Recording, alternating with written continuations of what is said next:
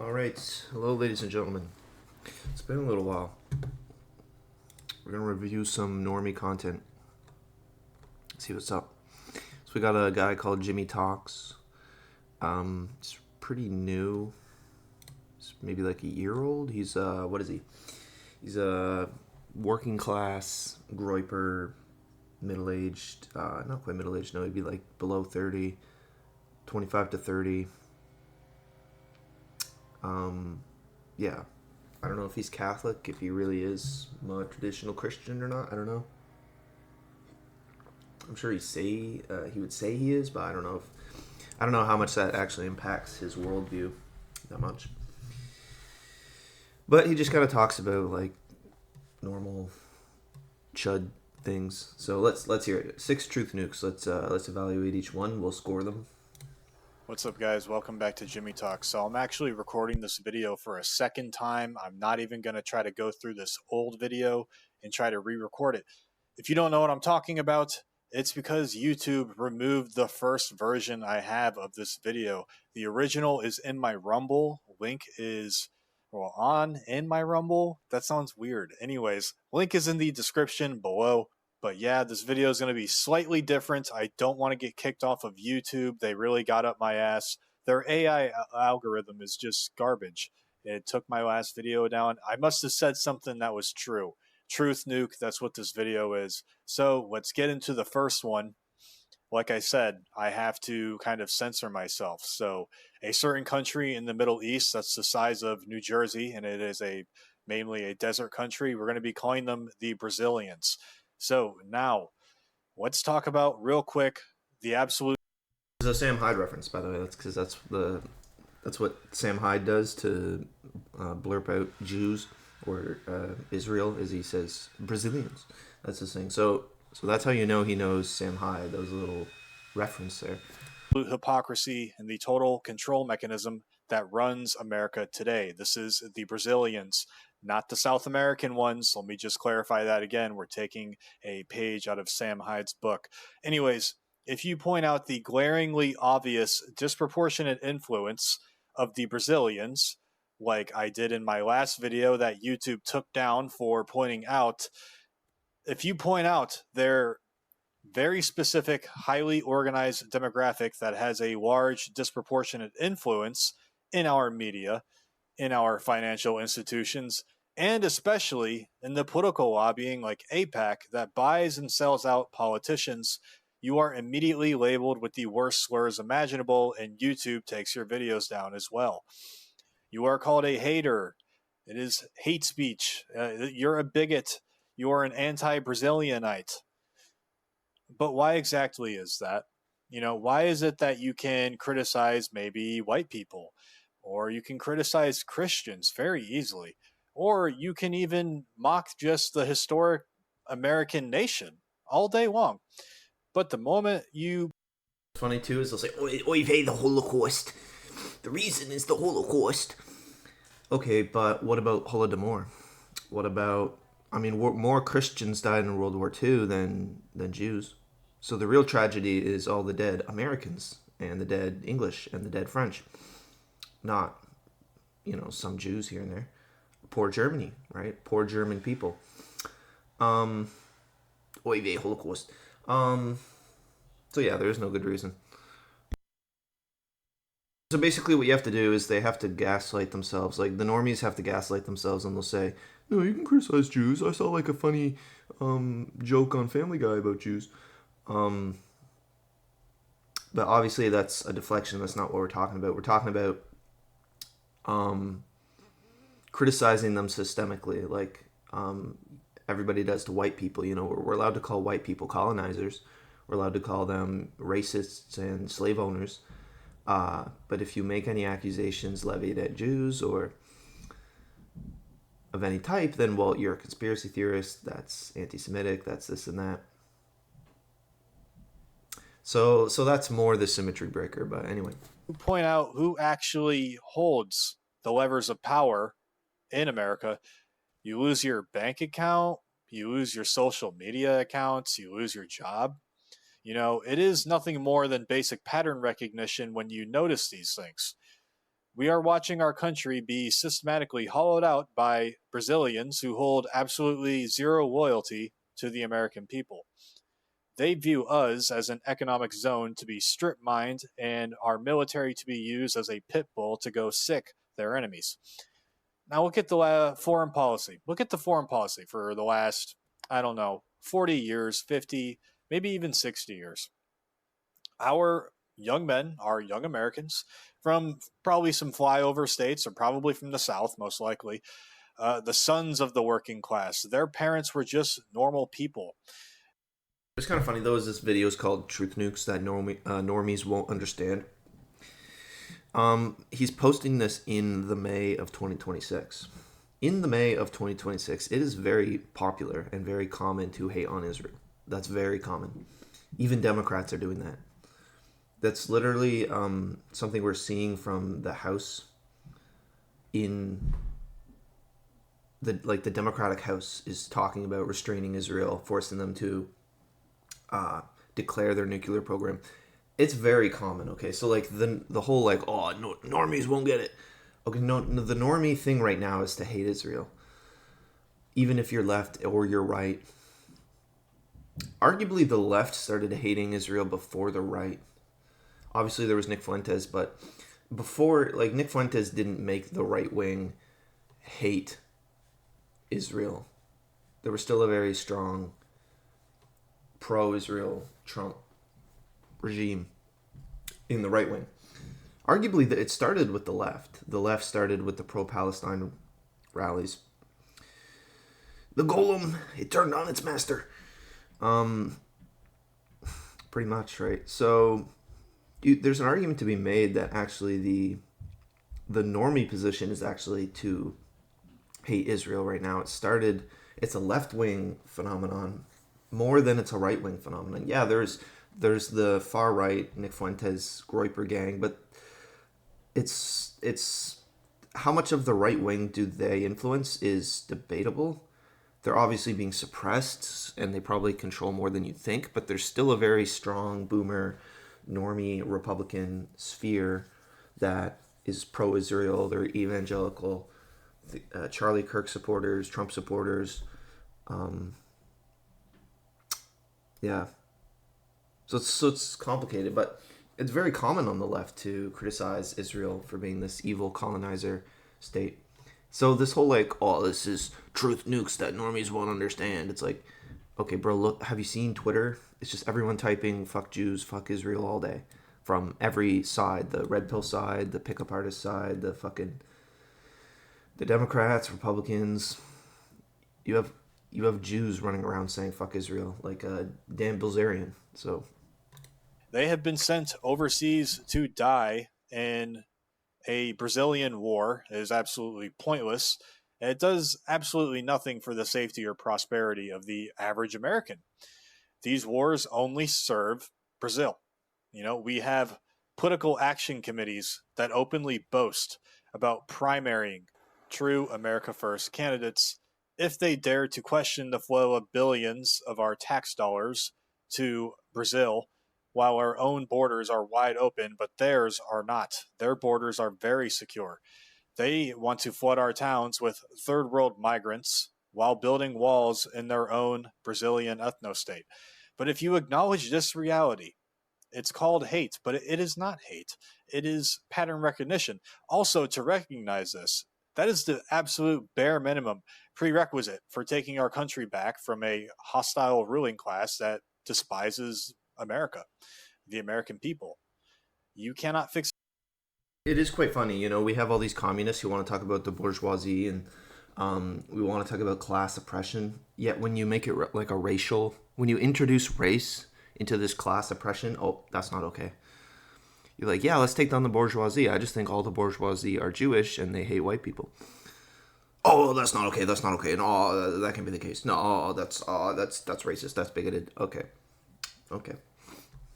So it's actually pretty. It should align with a lot of these Marxists to just, hey, look, here's a bunch of Jews. They think they're better than everyone else. They literally call everyone else goyim.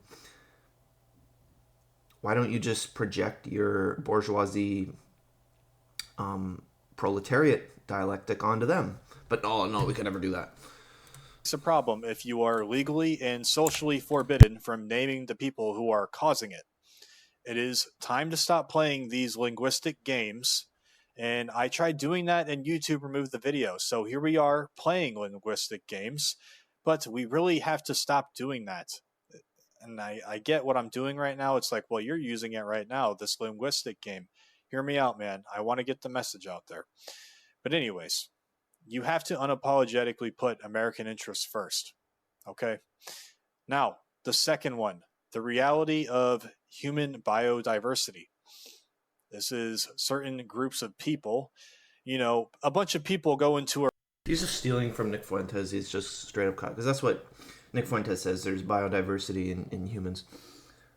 Which is kind of an understatement. Because it's not just that there's diversity and that there's non-uniformity. But there also, there's clusters. There exists identifiable, organizable, and arguably hierarchical clusters of these diverse people. They tend to cluster into groups of similarity, and you can do that. There's more similarity among the groups within an insider group than there is with an outsider.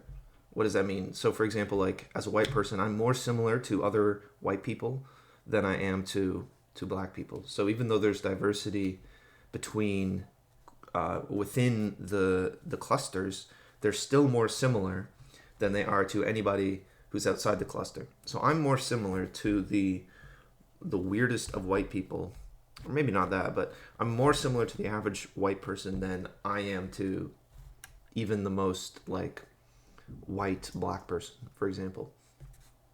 The most civilized, intellectual, high trust, pro-social.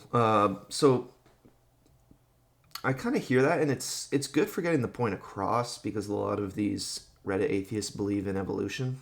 And so just explaining it in terms of evolution, like, hey, we all acknowledge that biodiversity exists in animals. Not all animals are the same. So humans are just animals. Therefore, there's variations in the species of, hominids. There you go. But this doesn't really get you to where you need to go because you also need to say that, well, actually, there's clusters of there's groupings, right? For you to be quote unquote racist and defend your racism, you need to say that there's identifiable clusters. Because if all you did was say, hey, there's biodiversity, they could say, yeah, everybody's different. I'm different, you're completely different from all those white people. There's Uyghurs, there's, Eastern European white people, there's Irish white people, or maybe you don't think Irish are white people, that's fine. Which is an argument they'll use. They'll say, oh, you're white, but are you Italian white? Are you Irish white? Are you da-da-da? English white? Anglo-Saxon? Hellenic white? Like, what are you? Da-da-da. So you'll get these, like, people who try to deconstruct racism by saying there's too much biodiversity. Therefore, you can't group or align along the lines of being white because even the term white is too broad and too diverse to encompass anything meaningfully. Everyone's just an individual. Everyone is extremely unique. There's tons of biodiversity, and because it's too diverse, you can't really organize or collect or identify with one person or one group of people any more than any other group of person, right? So you see with that kind of counter that you might hear from someone by saying, well, there's too much diversity to be racist.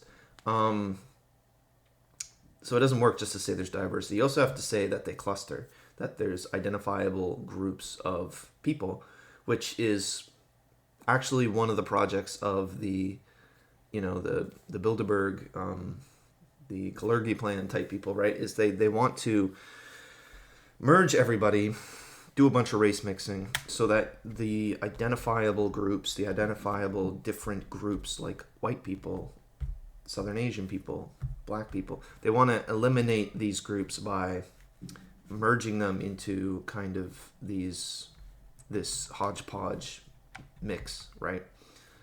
So that one thing it'll homogenize people, but B, it'll, without borders, without countries, without stable ethnos, there won't be any identifiable group and an ethnos to identify with. So I hear Nick Fuentes say that it's part of the answer. Yeah, there's human biodiversity. Yes, that's correct. But we also need to say that there's identifiable, organizable groups of humans. They cluster together racially. They're not just diverse. They also cluster. That's an important part of the equation. And you could argue, right? I'm not as a Christian. I wouldn't say that there's like quote unquote superior, morally superior, but there are different metrics like intelligence, right? If we just look at the metric of intelligence, we can rank order the different races on these things. If we want to look at pro-social behaviors, conscientiousness, what else? Agreeableness, openness. These are things that can be rank ordered racially, right? And if we look at what are the predictors for income, productivity, being a productive member of society, it's IQ, conscientiousness, and those things are unfortunately racially determined in many ways. So, not completely, but there's your genetics, your racial genetics plays a huge part in determining those factors. So that's kind of the rest of the race realism, and maybe this Chud guy will talk about it. That is very important, getting people to understand that, yeah, we're not all the same. We're not just a big blank slate. We're not all one big family. We're not all the same. And the other problem is if you want to be this like, we're all the same, man. Yeah, well, I think we got to aspire to like loving one another. Like, here's the other approach that they'll take. They'll say, yeah, well, maybe these differences are real, but I think we still ought to aspire to eliminating these differences and coming together as a family. We ought to aspire upwards towards this positive egalitarian position.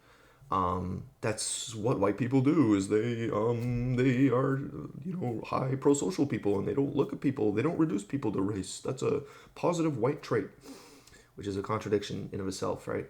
But so they can say we still ought to aspire to an egalitarian standard, and then they might say, well, actually, maybe blending everyone together, the Currrently, get rid of the borders, race mix everybody.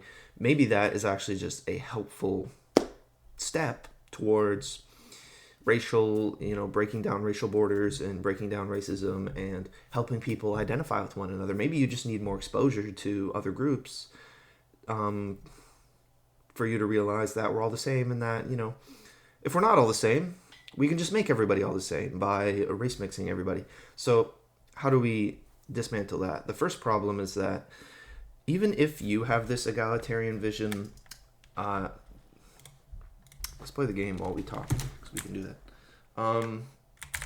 Not everyone else will. So you might have this really positive, aspirational. You might be colorblind. This colorblind meritocracy. Well, let me tell you, the people that you're bringing into the country are not colorblind. They are very racist, and they hate you.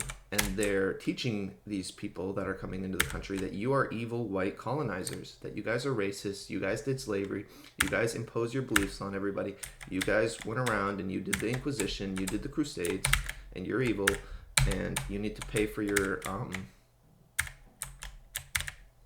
white sins, okay? So that's what these people are being taught and programmed to believe in schools. Plus, they also have their racial prejudices.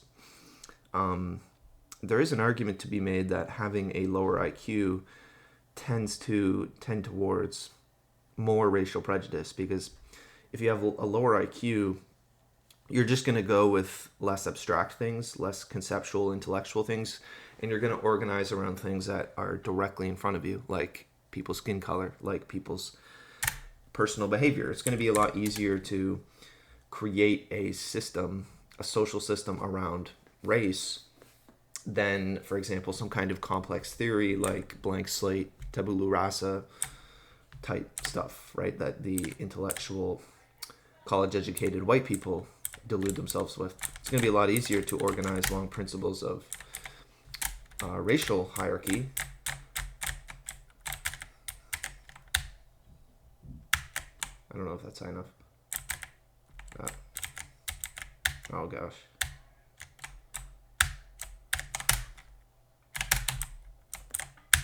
I knew it was going to happen. It's going to be a lot easier to organize along that if you're low IQ. So I think it is true generally that lower IQ people tend to just naturally tend towards racism. Another reason for that could be that these kind of intellectual delusions that you get when you go to higher education require a certain prerequisite IQ to delude yourself with these kind of over-intellectualization, intellectual traps. It's like gaslighting yourself into thinking that we're all the same requires a certain intellectual prerequisite.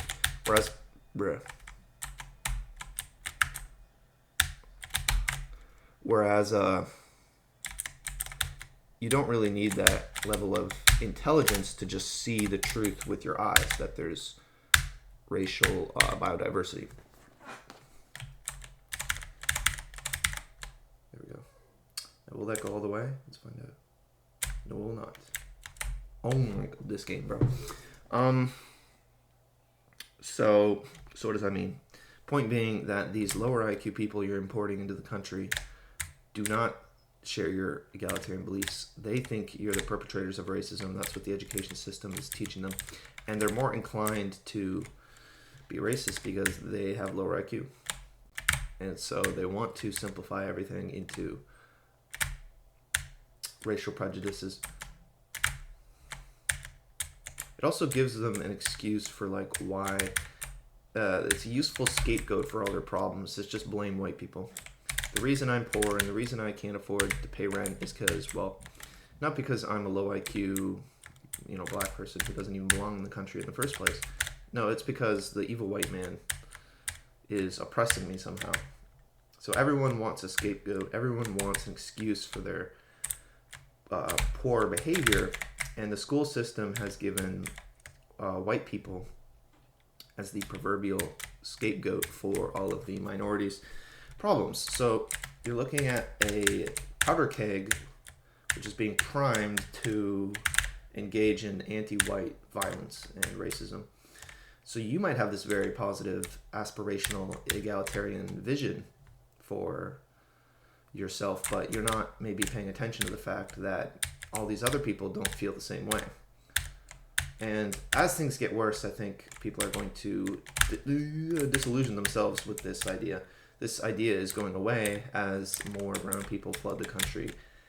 We're forced to deal with the problems that creates. That's going to create a resentment and disillusionment with this egalitarian principle. You can only really afford this egalitarian, everyone's the same, everybody can get along, kumbaya fantasy when you're not dealing with the kind of like annoying reality that having a bunch of Indians in your country brings. It's a delusion that gets broken once you have to actually engage in the real world. We have to engage with like 3 million black people in your country's capital.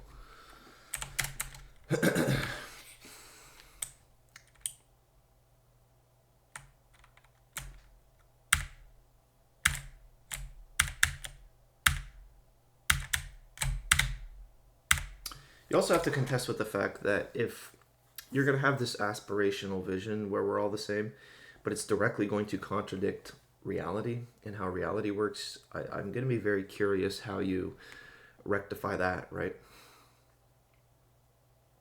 Especially if you're like this atheist with no morals, how are you going to say we ought to do anything?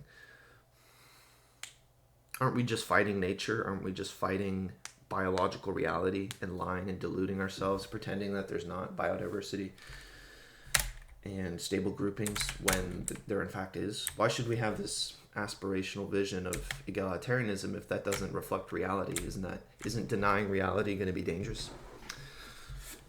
They also have to contest with that fact. Or you could just run tag and just say, well, you have no basis for any moral claims as a evolutionary atheist man.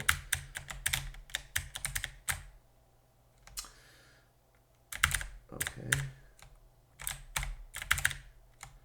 So yeah, that's going to be very interesting. But that is one of the truth nukes, is race realism for normies. That's really important.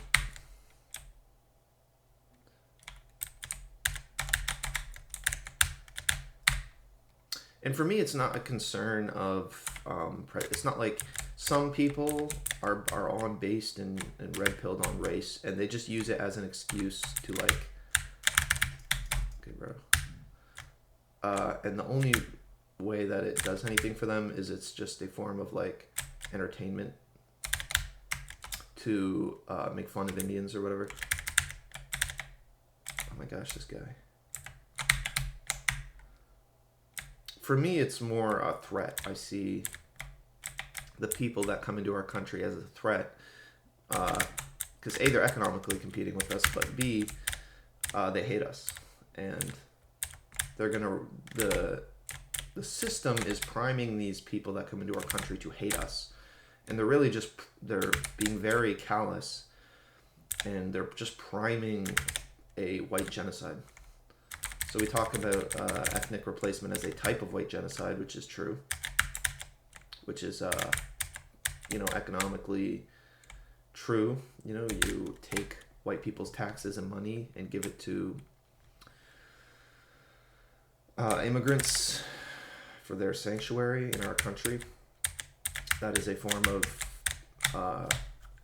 ethnic cucking or whatever, if you want to call it that.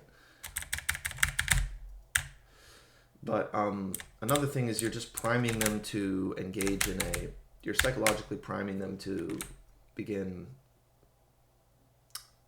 basically a race war, where we just like a white genocide, like a literal violent white genocide. You're priming them to do that.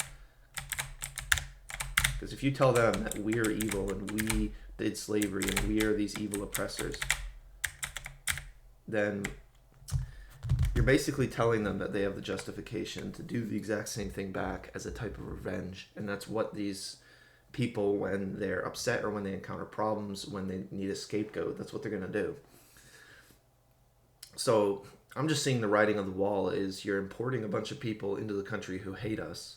It's not even that they don't economically perform, that they're tax drains, they make the world a shittier place, they ruin our public services. We have to hire all these security guards and put everything behind glass now, and there's litter everywhere and there's shit in the streets. Yeah, that's annoying, that's awful, that sucks that our countries are in our cities, our great cities are in the state that they're in. That sucks. But I'm the bigger, more existential concern that because here's what you could do. You could just not live in the city. You could just not live near immigrants. There you go, problem solved. Just live in a gated white community. Very simple. But what you can't escape is when they make up 80% of the population and then they want to kill you. They want to do a South Africa. Then what do? You can't do anything.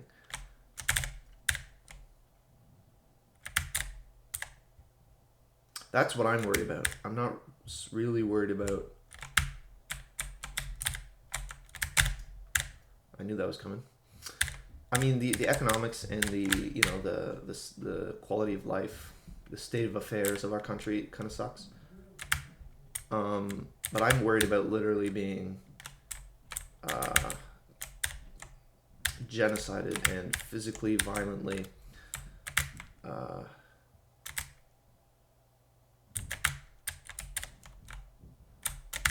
because you have to really look at, as someone who's been in the education system, the higher education system, these people are they're extremely antithetical to white people. The curriculum is very anti-white.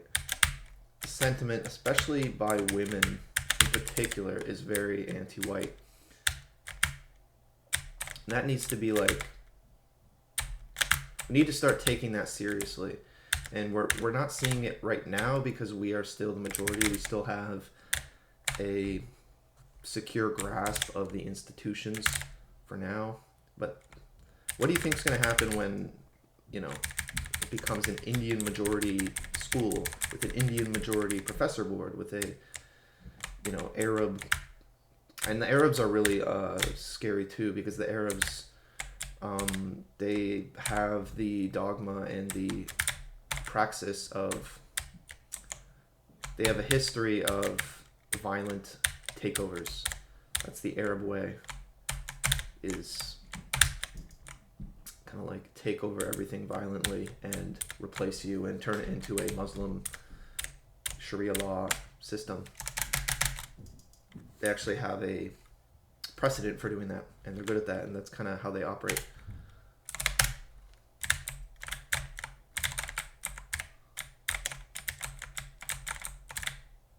Oh my gosh, bro.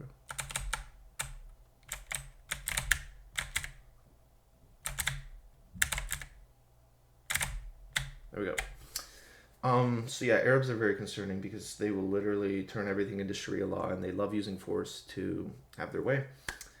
They're more concerning because, like, Indians, I don't really think Indians are gonna like do a race war. I mean, they're like annoying. They smell and they stand in the hallways and they shit everywhere. That's annoying, but they're not gonna be the ones necessarily to pick up a sword and come after white people. I don't think. I think it's the Arabs. It's going to be the Muslims. It's going to be these. Yeah, it's going to be the Arabs, because they have precedent, lots of historical precedent for doing that. That's how they operate. So they're my biggest concern. Like, as annoying as Jews are, as annoying, because are Jews kind of behind a lot of this? Yes. Yes, but the thing is, Jews are not going to pick up a sword and kill you. Muslims will. And that's more what I'm worried about. That's the biggest thing, is obviously it's the Jews behind the Muslim invasion. But as one of their rabbis said, you know, Muslim Islam is the broom.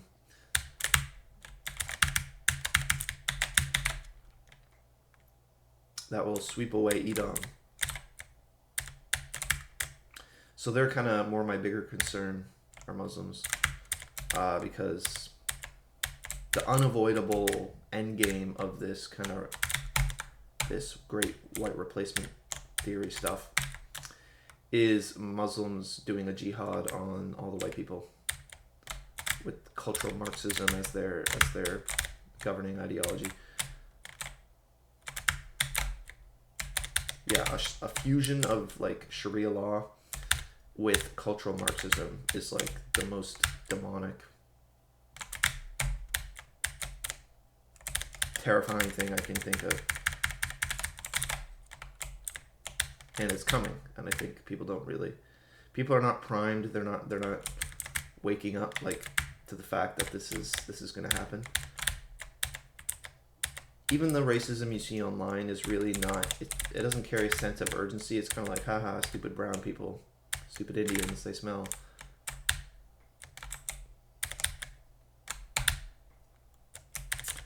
Which is not really the right attitude. This like glib,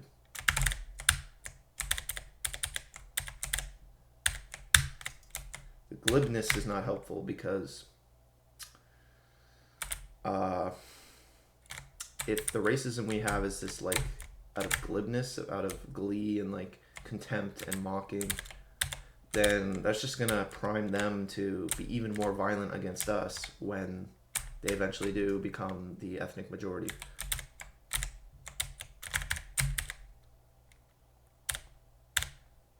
Right? So that's the other thing too. Like, this Trump regime is very annoying and dangerous, because all it's really doing is just aggravating the left to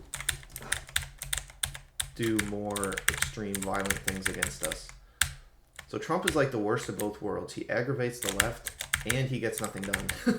but he pisses them off despite getting nothing done. Oh my fuck, dude. Which is quite astounding. It's literally the worst of both worlds. So I don't know how he does it. And yeah, it's really like scary. Like, I think 2028, it's probably going to be a Democrat, because everyone is just sick of Trump, me included.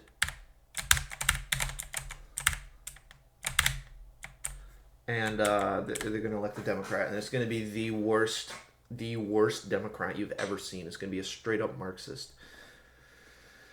It's going to be a straight up like evil son of a bitch.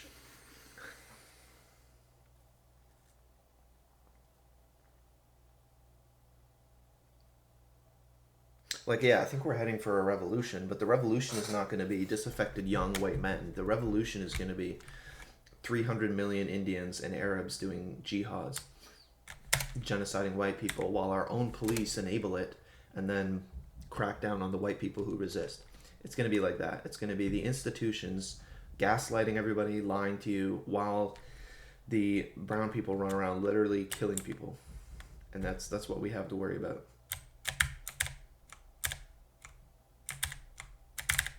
So I don't think people really understand so these people who are like, let's be egalitarian, I'm like, we're standing down the barrel of a literal white genocide, a violent, not just a replacement theory genocide, which is really underselling the threat. The threat is a literal, physical, violent revolution from a bunch of minorities that will very soon outnumber us. Because we're not having kids, they are. We're importing 1 billion of them. It's never going to stop.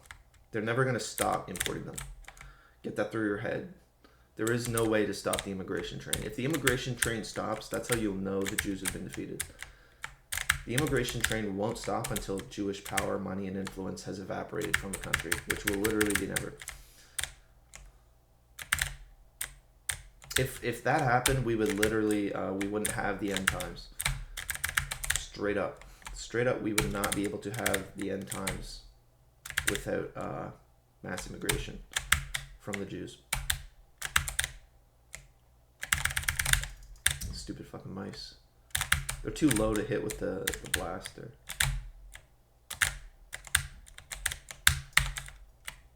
Bruh, no, he was open. You saw that.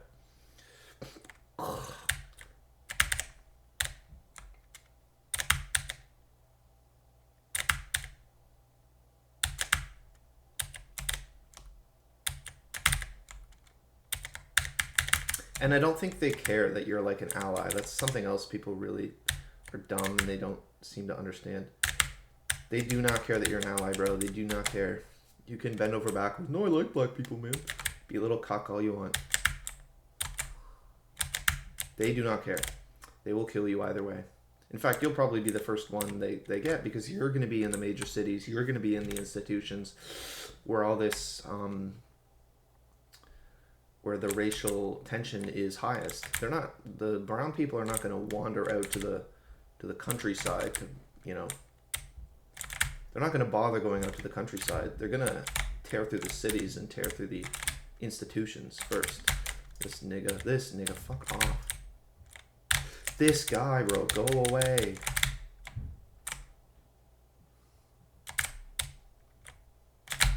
I know. This guy, he's so annoying. My keyboard wasn't working. I blame my keyboard. Yeah, that's where I'm at. I'm post racial theory. I'm scared for my well-being in the future. I'm scared for the well-being of my children. They're gonna try to kill us. Because think about it. If they just make up the majority, what can we do? Literally, what can we... If there's like 5 Indians for every 1 white person, what can you do? Plus, the institutions hate you. Like, just look at Britain. They're arresting all the white people for posting things online. So you have the institutions who are enabling your own genocide. Plus, you have a majority population.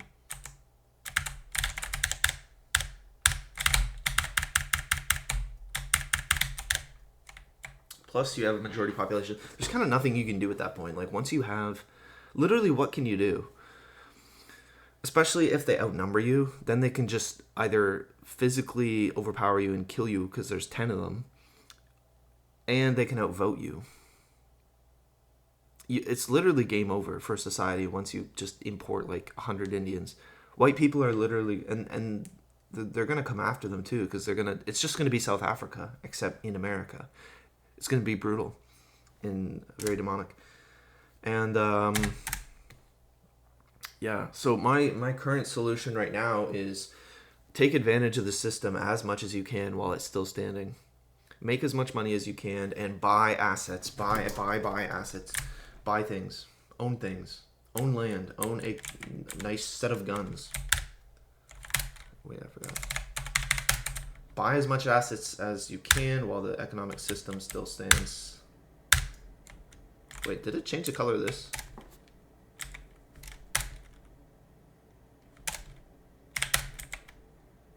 Why is this one pink? Is that real? Yeah, why is it pink? What? Interesting. I don't think that's supposed to be like that. Because look at these other ones. Are they all pink too?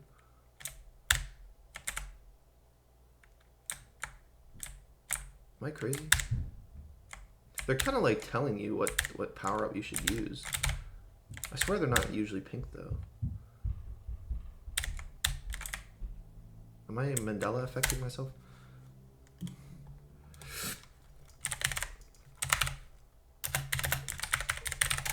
Let me watch a speed run. But yeah, I think people are not ready for that.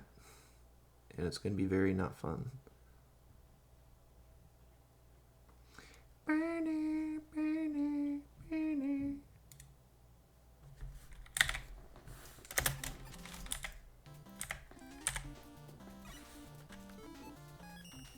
Problem is he immediately shifts to it, so you'll never know.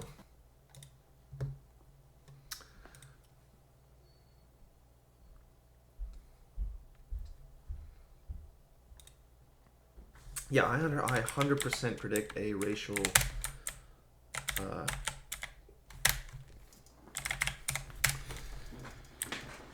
a race war that involves basically a bunch of Jeets running around killing white people. It's going to be Britain. It's going to look like Britain, except more violent because we have guns.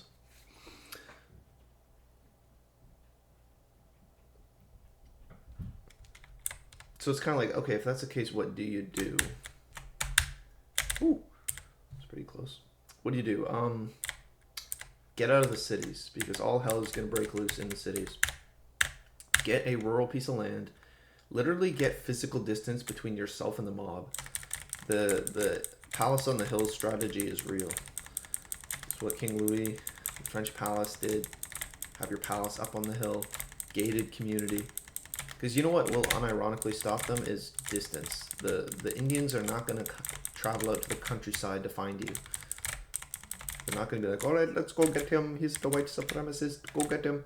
I mean, they might if you're like a famous guy, but by and large, when the angry mob comes with their pitchforks, they're not going to bother to like check, you know, go like travel 50 miles out into rural, you know, rural America to come find you. The immigrants are not living, you know, in rural. They're going to the cities. So you want to get out of the cities because that's where you're going to get lynched. I might die here. Let's hope I don't.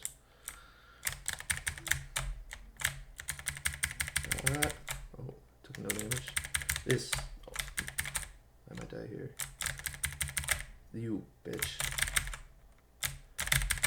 This bitch. Literally landed on me.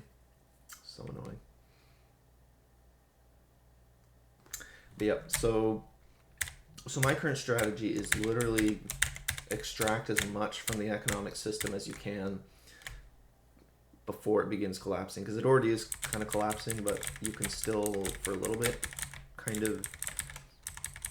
And what I mean there is like, you're not going to be able to like, oh, I'll just work a job and everything will be fine. No, you're going to get raped if you try to work a job. You want a business, you want passive cash flow that's going to continually give you money. And the best way to do that is with assets. Land, properties, contracts, shipping stocks. You don't want stock market investments. Don't do that. Oh, I'm going to invest in Bitcoin. I'm going to invest in gold. I'm going to... No. The whole stock market is not safe.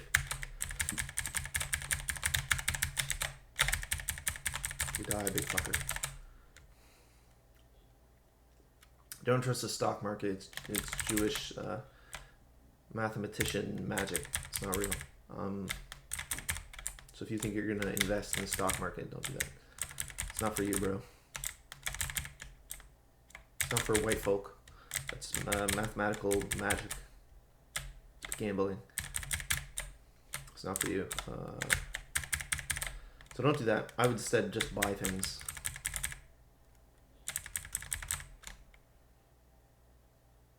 It's going to be a lot more stable way to preserve wealth is just buy land, buy things, buy guns, own, precious metals. It's not a horrible idea.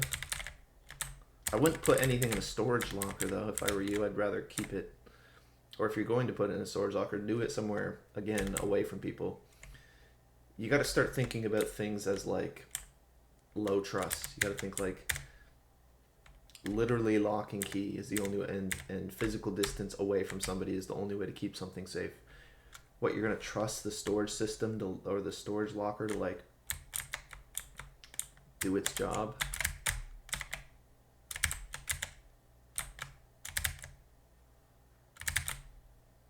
That's a foolish decision.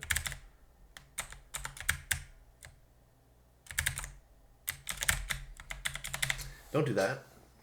Or you're going to trust the storage locker to preserve your stuff and not get raided by a bunch of black people. Don't do that. You know what the black people aren't going to do? They're not going to drive out to rural Kentucky and, like, find your farm and, like, vandalize it. They will vandalize the Apple store in New York City. They're not going to drive out to rural Kentucky for 3 hours to, like, find your random property, right? So step one is buy a bunch of assets. Stop paying insurance. Stop paying taxes. And what I mean by that is not illegally. Obviously, I'm not condoning illegal behavior, but you gotta get out of the financial pit holes that society has developed. One is taxes. You gotta find a way to, like, either incorporate yourself, nonprofit yourself. Get out of paying taxes. Taxes are for Goyim.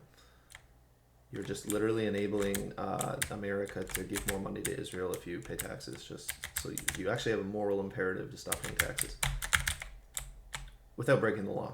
I'm not advocating breaking the law. This bitch.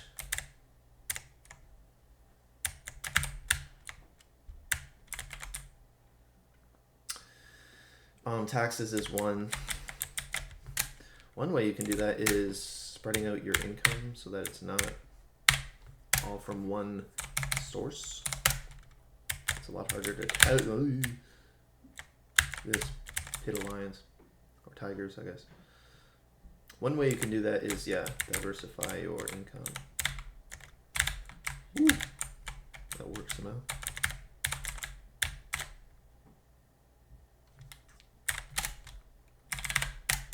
So yes, diversify your income, and that's really step two. Is like diversify. Diversity is a strength, but it's a strength for the bank accounts of the economic elite. Have multiple passports. Andrew Tate is right about that. That is one thing he gets right, is have multiple passports. Don't let yourself become landlocked. That's a great way to escape, like, the whole COVID thing, is just have multiple passports. Find a country that isn't, anal about the COVID thing.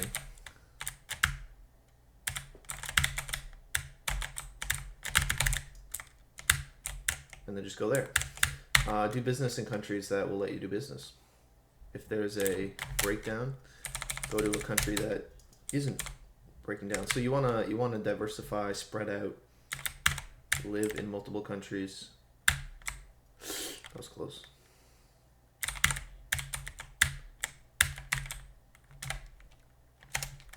So step one, buy assets.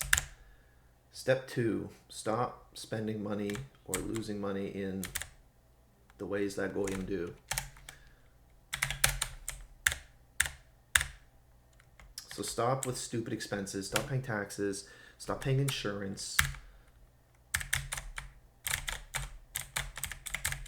What the fuck? What was that?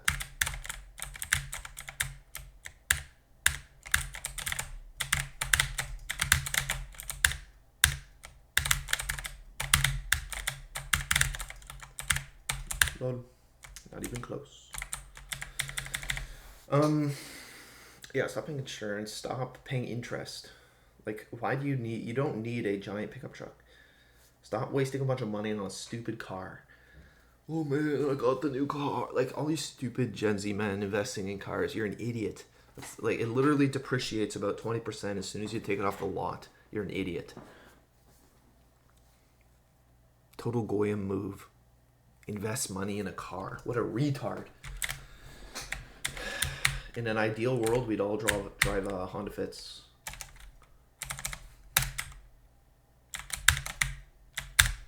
Which is actually something I'm considering doing, is getting a Honda Fit.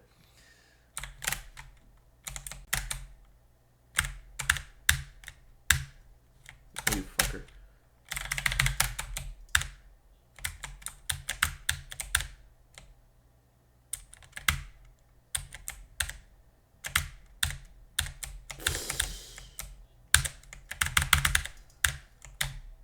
Yes, so stop investing in stupid shit. Like, you kind of do want to be minimalist, but in the sense that you're saving up money so you can buy actual things of value.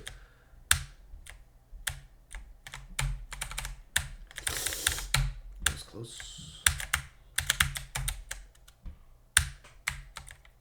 So yeah, you want to be saving up, stacking up cash so you can buy things of actual value, not cars and toys. Hot tub.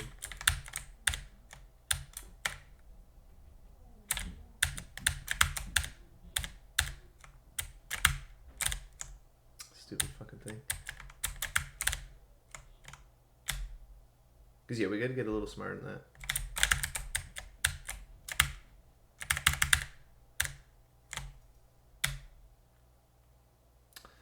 So yeah, step 1, buy assets. Step 2, stop spending money on stupid shit you don't need to. Taxes, insurance. Legally, obviously I'm talking legally. In a legal way. There are legal ways to do this. Taxes, insurance, interest.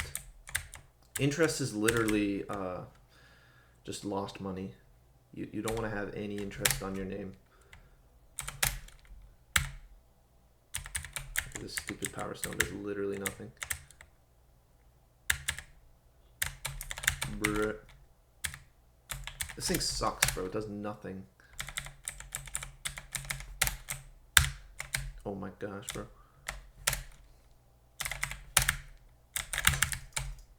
Ah! I died. So yes, step 1, buy assets. Step 2, cut costs. Stop spending money on shit you don't need.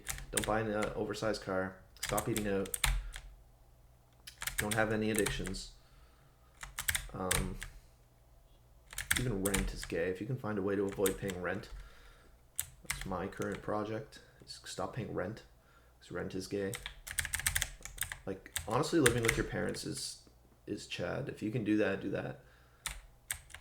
Obviously, if you have a plan. Not as just like a neat, but like as somebody trying to cut costs so they can invest. Oh my gosh, bro. These tigers are crazy out here.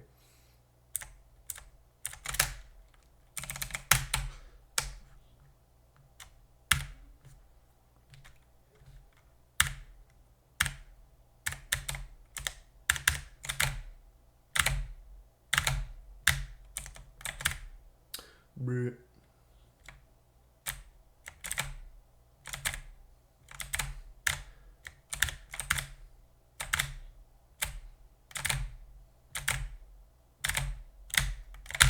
It is Griga.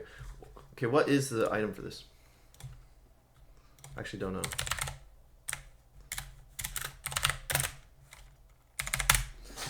Let's find out. No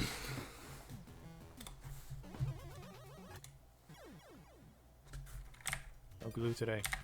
Okay, he's Gyro. And so just there's that. Apparently Sometimes I nothing. feel like my guy is just moving in slow motion when trying to jump up. Apparently nothing. You just use Mega Buster. Apparently. That's what the pros do. But yeah, okay, so let's recap. Step 1. Bruh. Bruh. Oh my gosh, bro.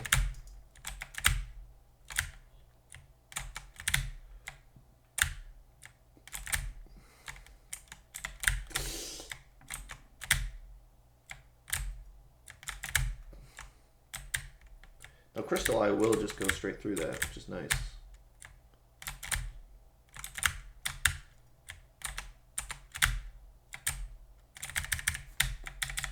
So step one, get assets. That's how you financially protect yourself and achieve financial freedom. Get assets. Step two, cut your costs. Most people don't have an earnings problem. They have a spending problem, right? I don't know, cash flow. No. You gotta stop killing. You gotta stop hurting yourself with these stupid expenses, insurance, taxes, interest, addictions, rent. You need to view all these as like hostile, parasitic,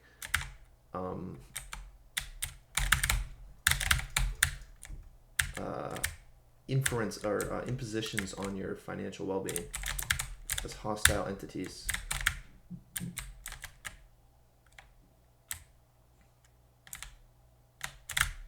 What? That was literally on him. Kill your friend. Just out of spite.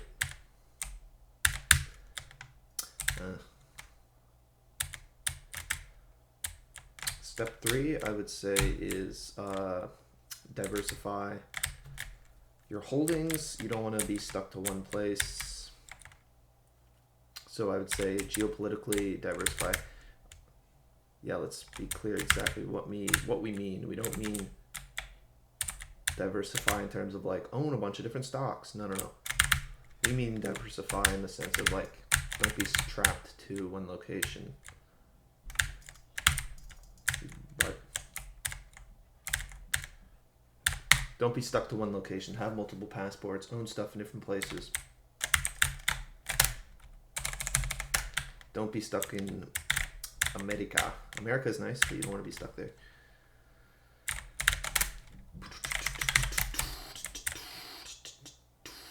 And that's kind of my plan. This is my plan. And then avoid bullshit. Women can be a source of bullshit. Addictions. What? What the hell? You don't want to just avoid bullshit in general. Because I feel like most of the problems are just like bullshit related. Most of them are not even like, look at that, that was clean.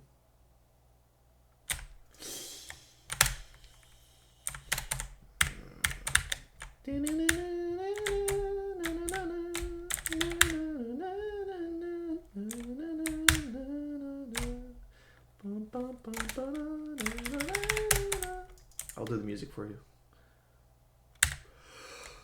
Not today.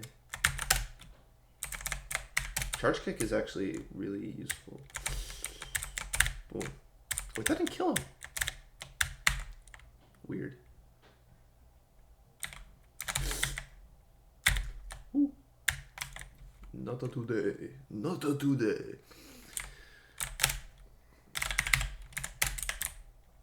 So yes, diversify your holdings. Geopolitically diverse. I'm not saying buy a bunch of different stocks, as if that'll help you.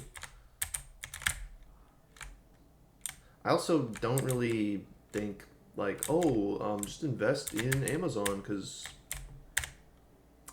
you're really just, I mean, I do think you have a moral imperative not to enable the elite who are raping society. Even if they're going to rape it anyway, I don't think it's a good idea to do that.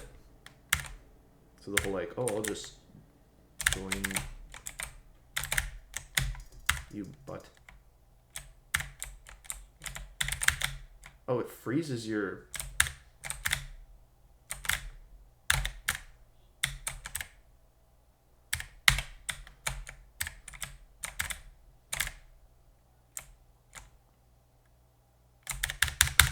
Yeah, it freezes you for so long. Bruh. Actually just died. That's crazy. He was on 1 HP. How'd that happen? I thought that would have surely it would have killed him. I guess not.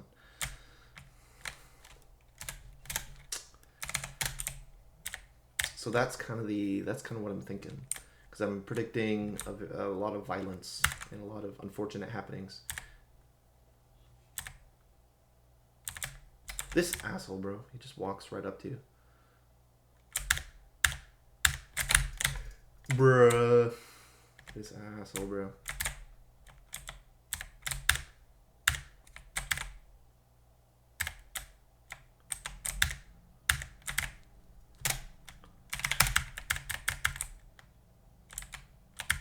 He's just gonna walk right up to you. Yes! So smart. Big brain.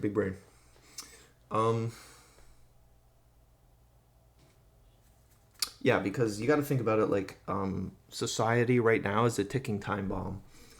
It's going to blow up with the economy's going to collapse. It's going to turn into India, and you're going to get genocided, okay? It's kind of happening right now through replacement, but we haven't really seen the violent part of it yet. The violence has been isolated, individuated, and covered up. That will not stay like that forever.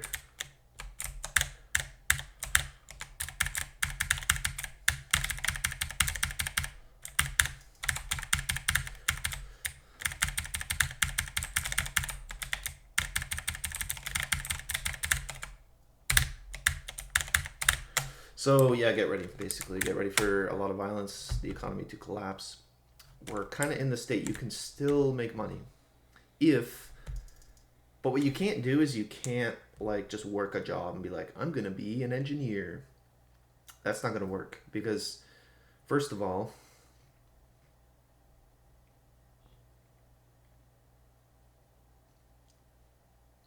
why won't that work? First of all, your paycheck as an engineer is not going to be enough.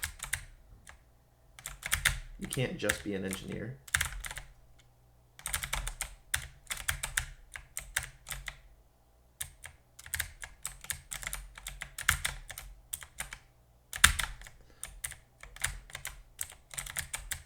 Like $80,000 or $100,000 is not going to be enough to achieve financial freedom.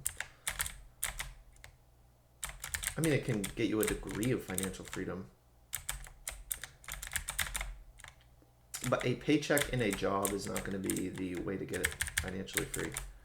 It's not going to be enough. You're going to have to be a little more creative.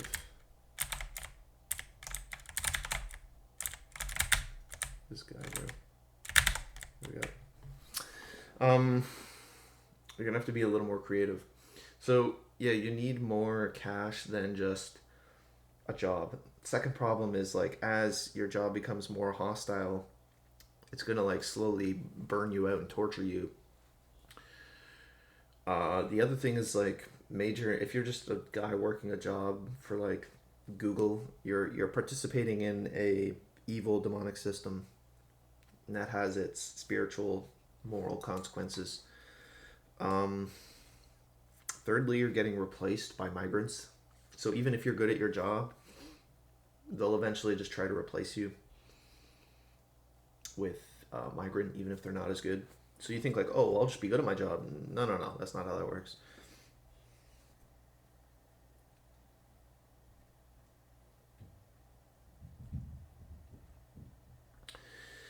Also, the thing with the job is you're kind of relying on like long-term stability and a pension and benefits, and it's like you're counting on those things to continue into your 40s, 50s, 60s. I don't think you can do that. I think you need to have control of your own finances. When you work a job, you don't have control over your finances. You're dependent.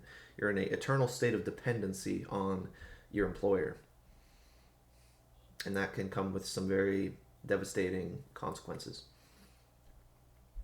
So like, can you take the money you get from a job and turn it into capital for stuff? You can, yeah. You can 100%, and I would recommend doing that. That's kind of what I'm doing. But your long-term goal can't just be, I'll get a degree and then everything will be fine. No, no, no. That's not how this works.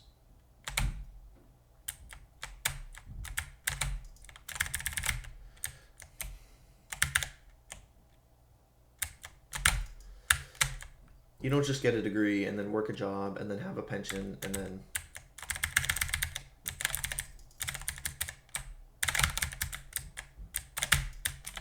everything is hunky-dory. That's not how this works.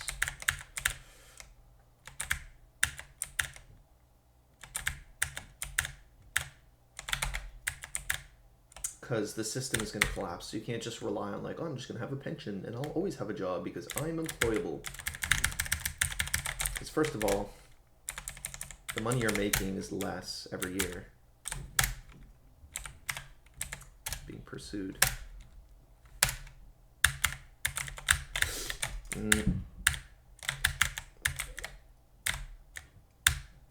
Ooh. That's the gang of migrants trying to lynch me. That's me running away into the next part of the level.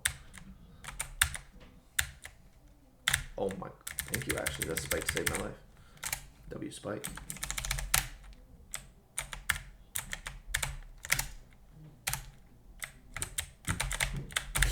Bruh, they're locked off anyway. But I think we respawn right here, don't we? Yes, we do.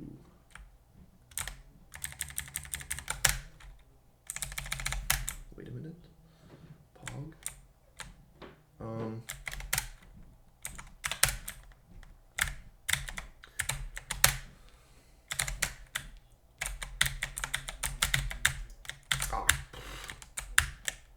That's okay, we'll just be good. Bruh. We'll not be good at the game.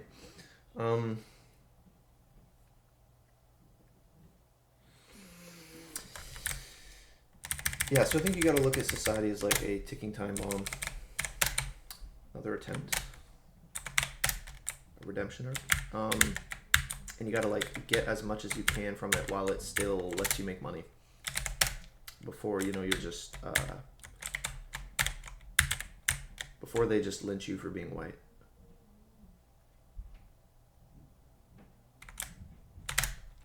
Because that is coming. It will just start lynching you for being white, and you got to get ready for that.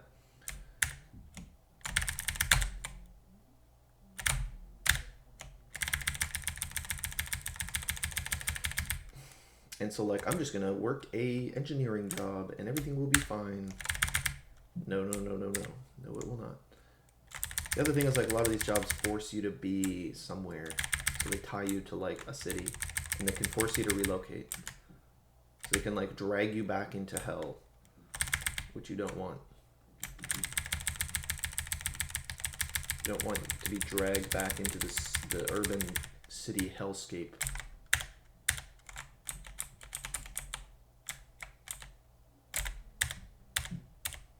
Ooh.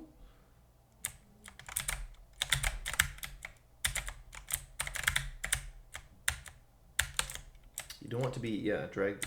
That's the other, so yeah, they keep you, it's a way to like drag you back to the plantation. These jobs. Ooh, look at that, that was smooth.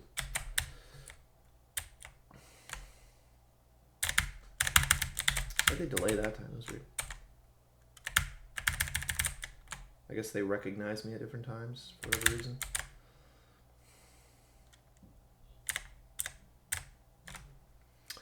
So yes, so yeah, you don't want to stay on a job forever. You bitch. This fucking guy.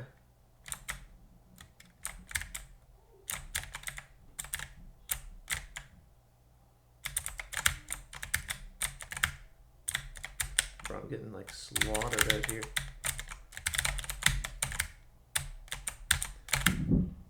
Bro, I fucking hate these stupid little things. They're impossible to dodge, though.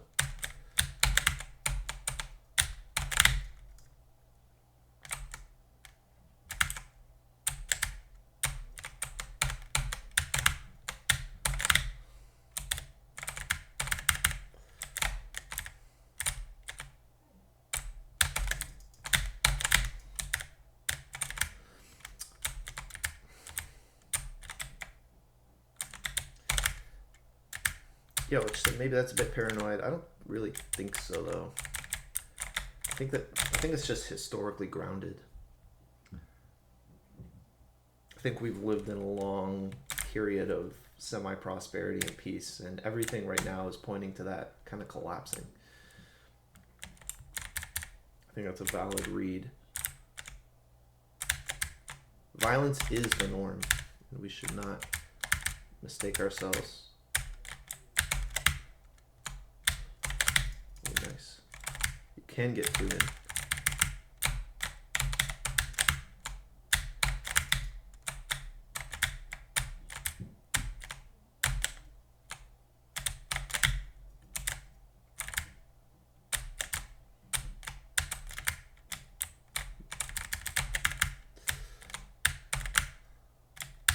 These fuckers.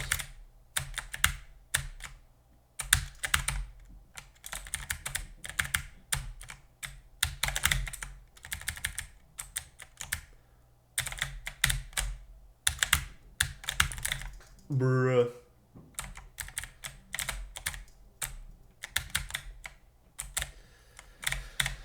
Yeah, so yeah, maybe that's a bit paranoid, but I don't think so. I think that is going to be accurate long term, even if we don't see it directly in front of us right now. It might feel like everything's chill, but things are not chill. Things are deteriorating. And I think physical violence is a reality that we have to be scared about. It's not going to be the incel revolution. It's not going to be the right-wing revolution. It's going to be a bunch of Jeets and Indians lynching white people. And Arabs, actually. Mostly Arabs, probably.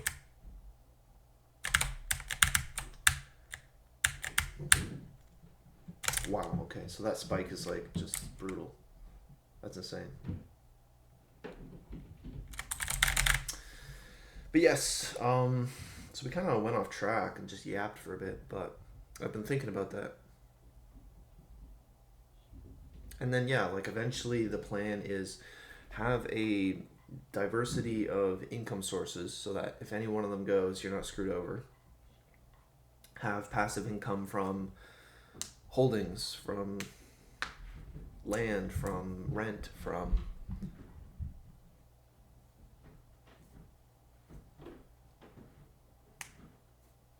holding oil, question mark, hold oil, have a oil tank, question mark, that's yours. Valid idea. Solar farm, question mark, just in case.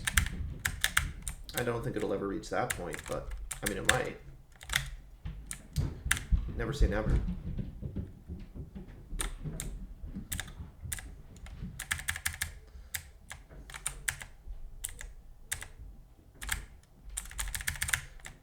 If you can run your own business, that is a very good mode of existence financially.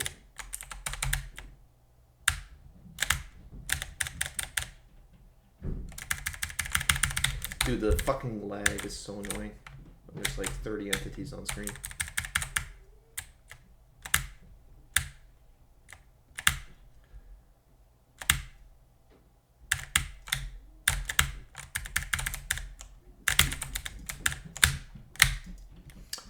But yes. No, motherfucker.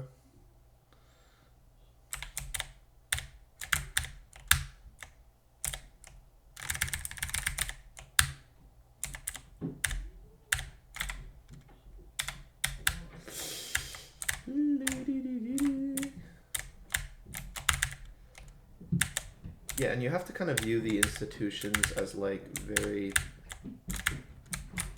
hostile and will become existential at some point.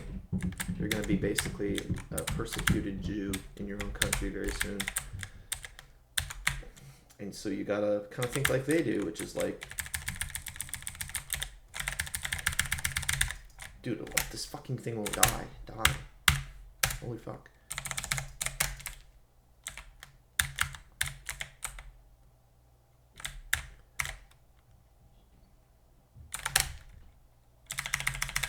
I'm gonna spam bullets at him. tried to fucking slide and it went down the ladder. Stupid cunt.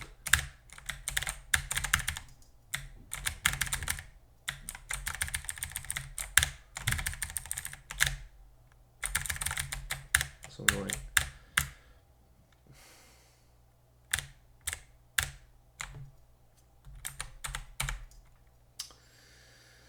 Yeah, you got to think like basically we're going to be systemically targeted and genocided. So you got to start like preparing for that reality.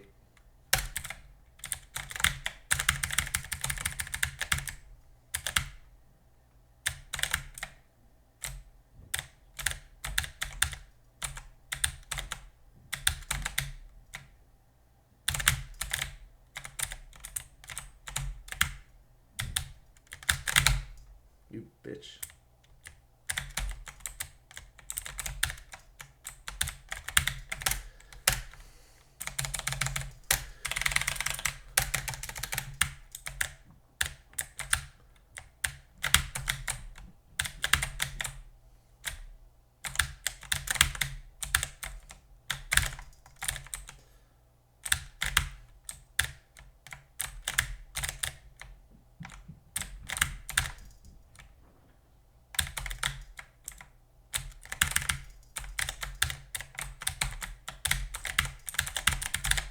And he's dead. All right, so yep. I think you have to be like very. You can't rely on the system. You can't be buddy like I'm just gonna get a degree and then like work a job and do. It's not just that the system has failed you. The system very quickly is going to become much more obviously hostile and evil and genocide-y on the white people. So we have to be ready for that, and that means having financial freedom, diversifying your assets, fucking off into the wilderness, just giving everybody the middle finger, and fucking off, basically. Have a sanctuary you can fuck off to.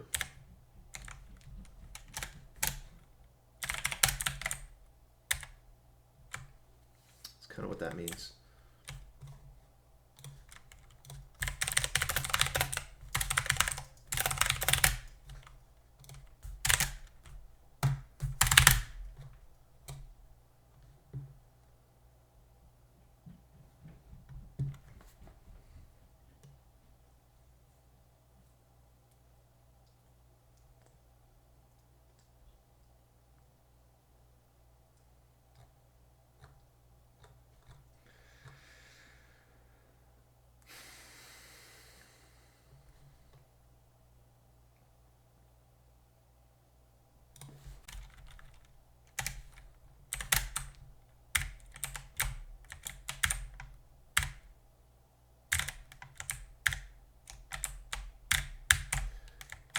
This Griga. Yeah, this is kind of stupid.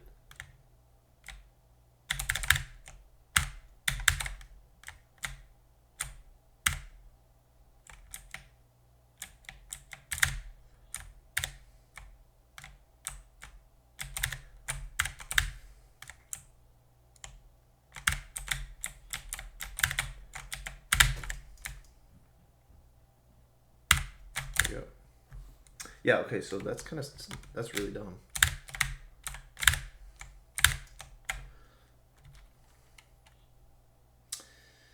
Yeah, so we kind of got to think like the Jews, which is we're going to become very persecuted. We have to be ready.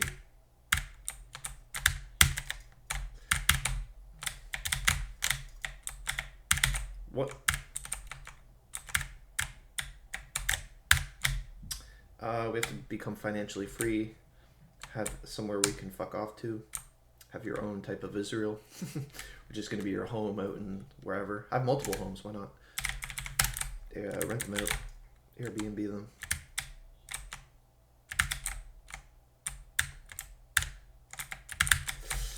Okay, I get it. Give me a sec.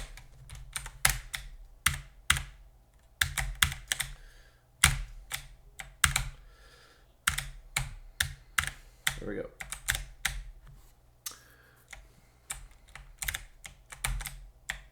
Wait a minute. So this can go across this.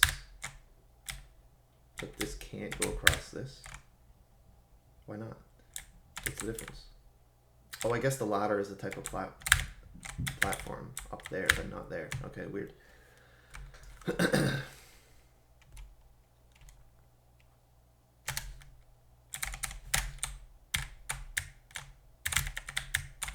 Weird.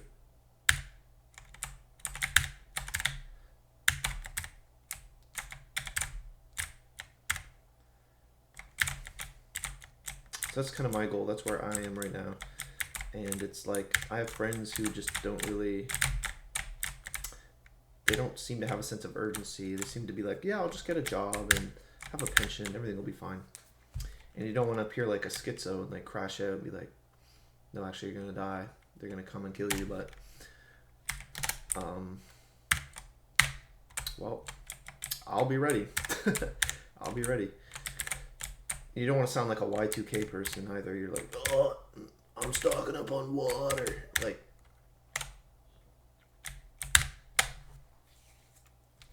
difference with Y2K is Y2K was really just not, there was no evidence.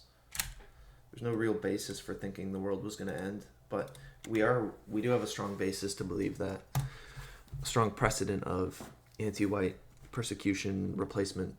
We have writings from these people talking about actively doing that.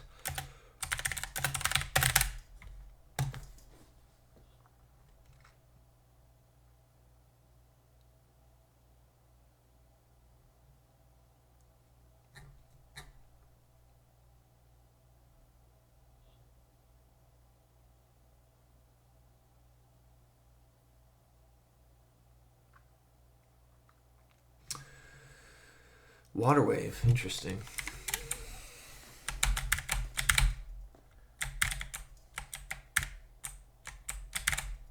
Resets his stars too.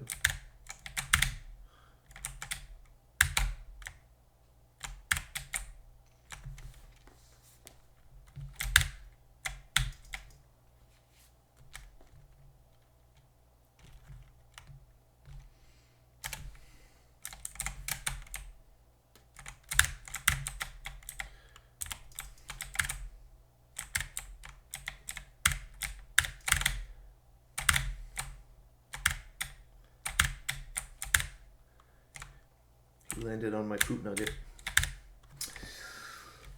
And what are you weak to? I actually don't know. I guess like wave.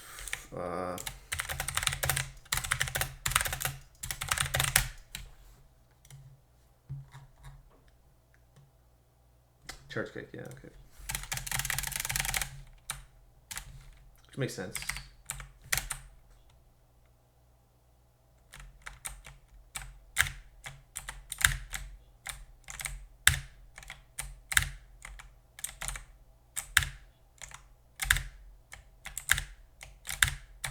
And you die.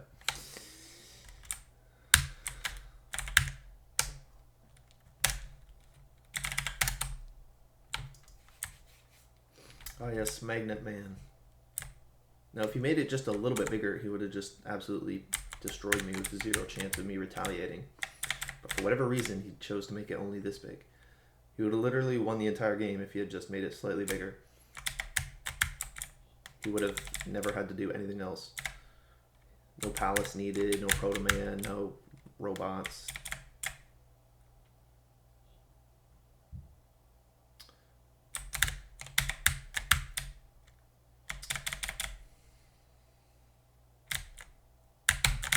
Which is very, like, different. Like, the boomers, you gotta think the mindset that someone like me is operating with is just completely hyped up. It sounds schizophrenic when you say it, but you're like, not really. I mean, if you want to achieve financial stability and not get raped by everything in sight, you have to flee the cities like they're the plague. You have to not rely, you can't rely on a job. You can't trust any of the institutions because they actively hate you and are priming immigrants to hate you through things like colonization and slavery, all that. They're teaching them to hate you. So you sound like a schizo when you say it, but it's kind of like not really. That's just an accurate description of what they've been doing. But to a boomer, it's like the path for them was just so easy and laid back. It's like just get a job, go to school, learn cool stuff, have a good time, hang out with people, meet new people, blah blah blah. Some interesting exotic immigrants from cool places. Like they're just on like the lazy river. And then there's like Gen Z, which is like trying to explain how they're like fighting an existential battle for survival.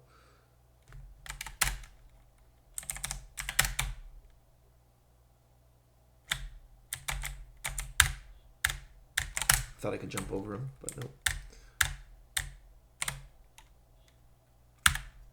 Oh fuck, what is this?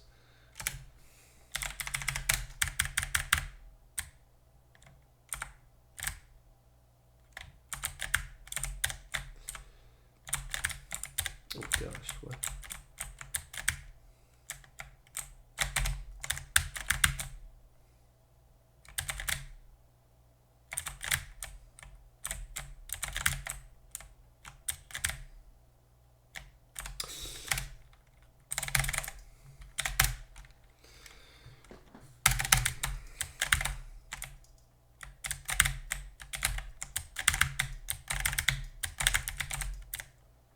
Big freaky skull thing. And this is just a really annoying, tedious battle that takes like 5 hours.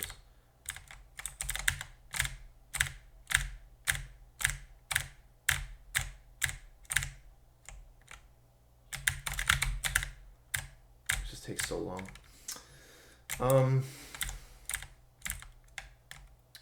Like trying to explain that to a boomer is like funny. They're just in a completely different world. It really is existential though. Like if you're actually trying to not just, because that's the thing too. It like that paradigm completely eclipses any other position. It makes things like red pill and black pill just seem absurd. You're like, who cares if you can get some pussy during your 20s right now as a red pill guy? They're gonna kill you, bro. You're gonna get lynched. It doesn't matter how much you face mog or you like do any of this stuff. You looks maxing is not gonna help when they come to like kill you. It's not gonna help you out, bro. Same with the black pill. Like they're not gonna let you just hide in your room and play video games, because the video games are now slop. They're now demonic slop. They're not just gonna let you hide in your room, bro. They're gonna come arrest you for your 4chan posts. This bitch, come down here, you bitch. I can't get up there.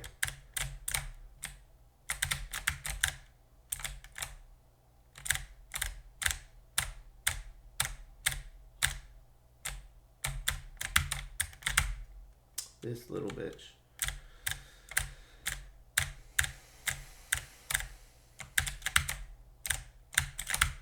Yeah, nothing else really has the capacity to...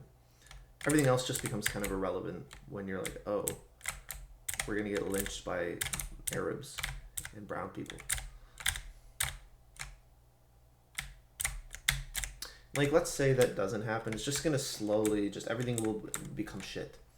It'll just transform into India. That's the other thing that's happening, is like, let's say, best case scenario, you don't get lynched. Okay, well, everything turns into India. Everything is unaffordable. Everything is shit. Everything's made out of garbage. The cities are just full of brown people and they're unlivable. There's shit on the streets.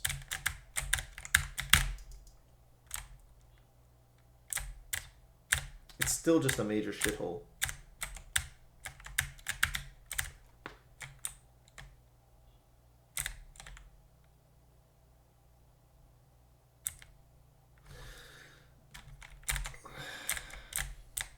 So you still want to escape, even if you're not being actively like lynched, because the cities, the quality of life, the products and services, the amount of money, like the inflation, right?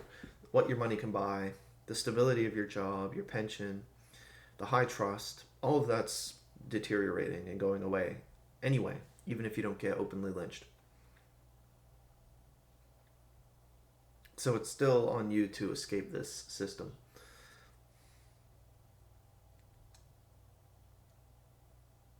Escaping the matrix really means realizing that the system is a hostile antichrist, demonic hellscape that hates you and is trying to rape your quality of life and needs to be escaped from. I don't really think there's fixing it, and if you're going to fix it, you can't be in the middle of it. You can't be in the quagmire, in the quicksand, trying to fix it. You got to get out first. And a big part of that means financial freedom.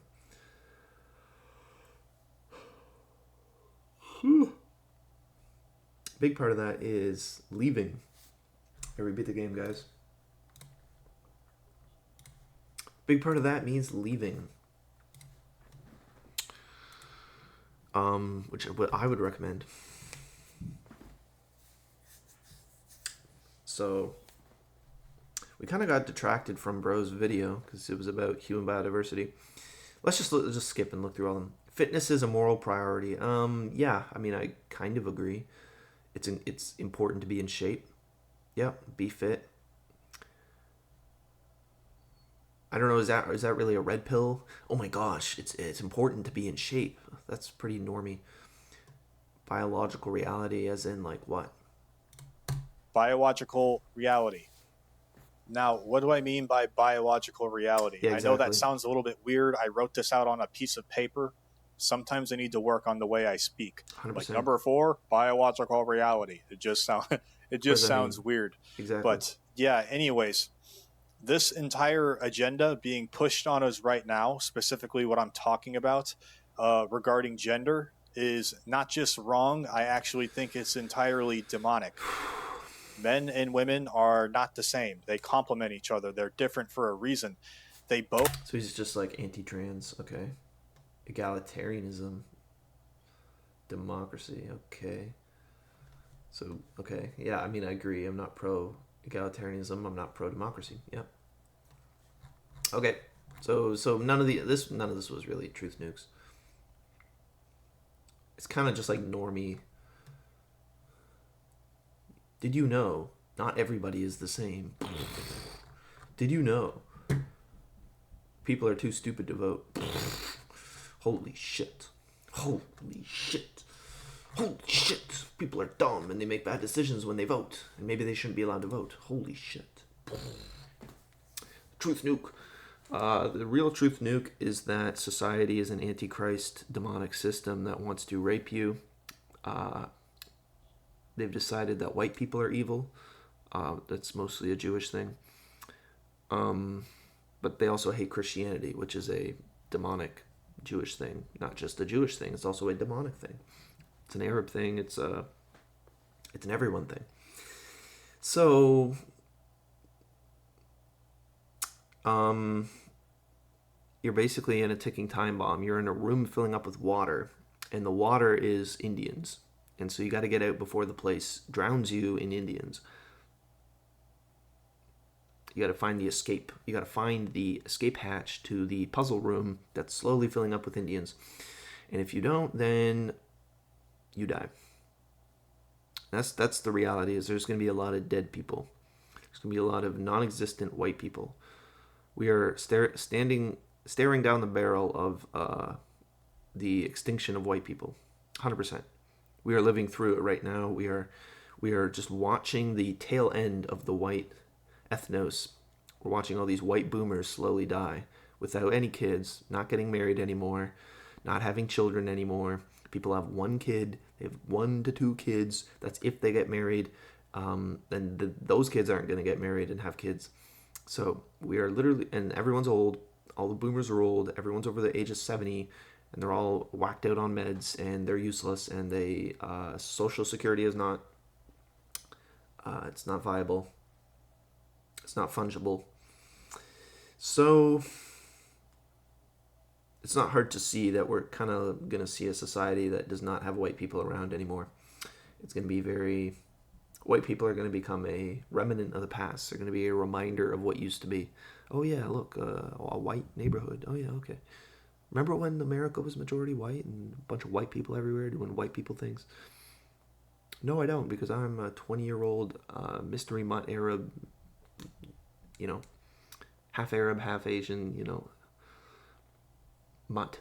Oh, that's right. We don't remember how things used to be back when we had a high trust society and things actually worked and people didn't litter and, you know, they respected honor culture, you know. Go up to your local's farmer market, you would take a bundle of wood, you'd leave $5 in the mailbox. Nobody was sitting there with ring cameras or private security or drones. People used to go to the store to buy things. You know, they didn't just have Amazon deliver it to them.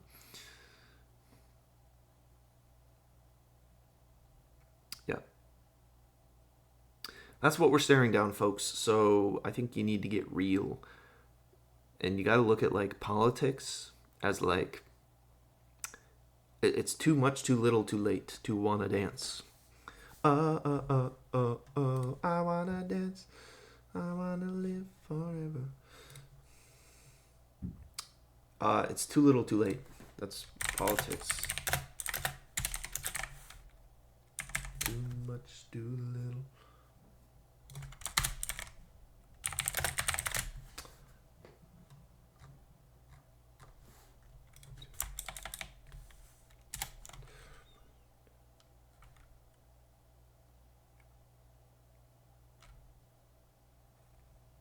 What's the song called, bro? Too much, too...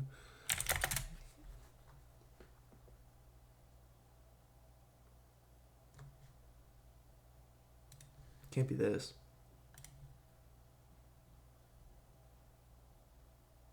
So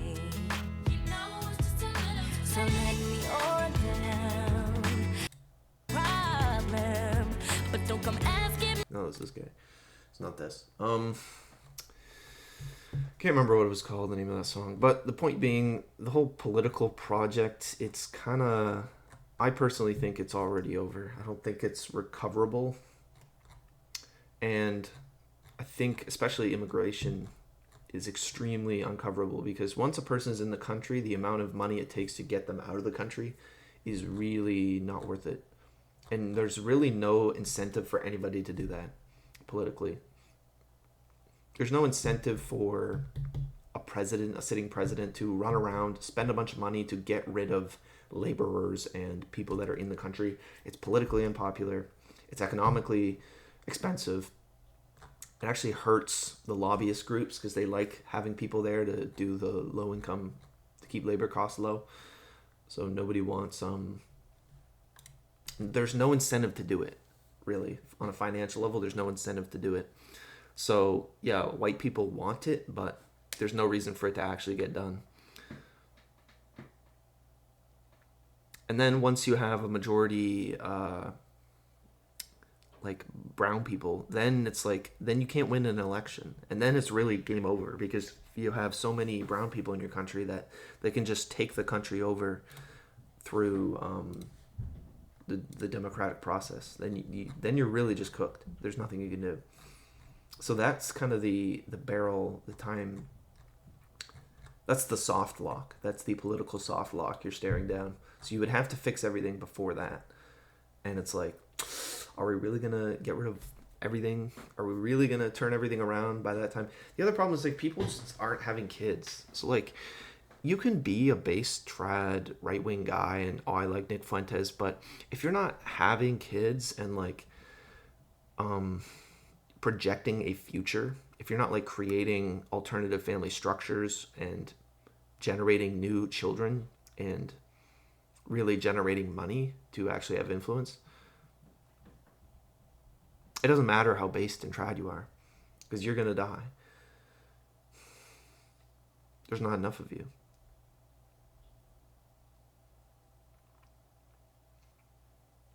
So really what needs to happen is white people need to figure out how to actually have families again, financially support those families, have houses, have stable incomes.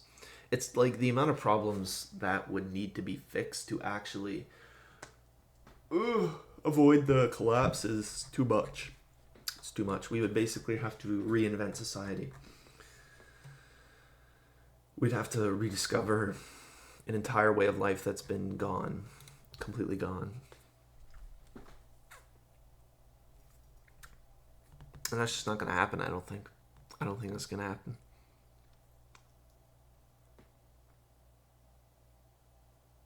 Because the amount of barriers, like, think of all the barriers that an average Gen Z man faces today from achieving participation in that recovery. First thing you need is you need a family. You need the family unit, which means you need a wife, you need to have kids, and you need a place to house them. You need, namely, a house with some property. Think of all the barriers just on that objective alone. First of all, can't really afford a house. Second of all the houses suck. Third of all, even if you get a house, it needs to be within proximity to a job. So even if you can find a house, now how is it going to be tetherable to your employment? So there's that. Fourth of all, gas prices. Fifth of all, okay, let's think about the family. Let's think about setting up a family. Fifth, you have to find a woman who is not hypergamistic, hypersexual, terminally online, terminally on social media, who isn't a whore, who's semi-religious, who's willing to go along with your plan, who has the disposition and perhaps the necessary intelligence to see your vision and then subscribe to it, who has the temperament, who's willing to be submissive, who isn't a massive whorebag, who isn't obsessed with gender ideology and virtue signaling and environmentalism and secular humanism and not being racist, and who isn't just completely taken over by the mind virus. Then she has to like you, which means you have to be in shape, you have to have money, which is becoming increasingly hard to have money. So you have to be financially attractive, you have to be physically attractive, you have to have social skills, which requires actually a lot. That requires a certain degree of upbringing, social. It's hard because if you're socially in the public education system, that's normally where you'd get your social skills.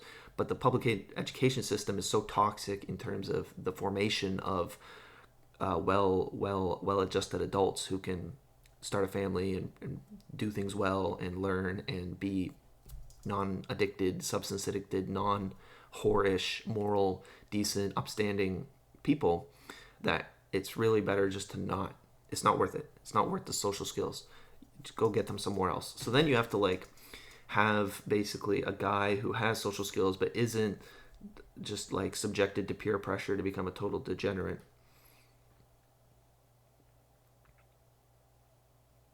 Because you need social skills to interact with women. Then you have to be able to afford the woman. You have to basically be able to afford the wedding, marriage, taking care of her financially along with yourself, which is really hard nowadays given the economy.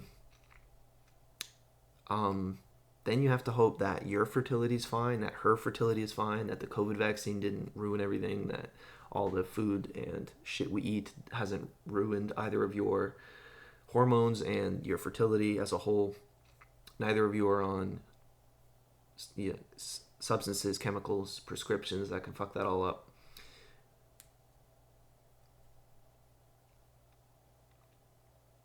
What you realize is that for the formation of a stable family unit relies on all these other things, other elements of society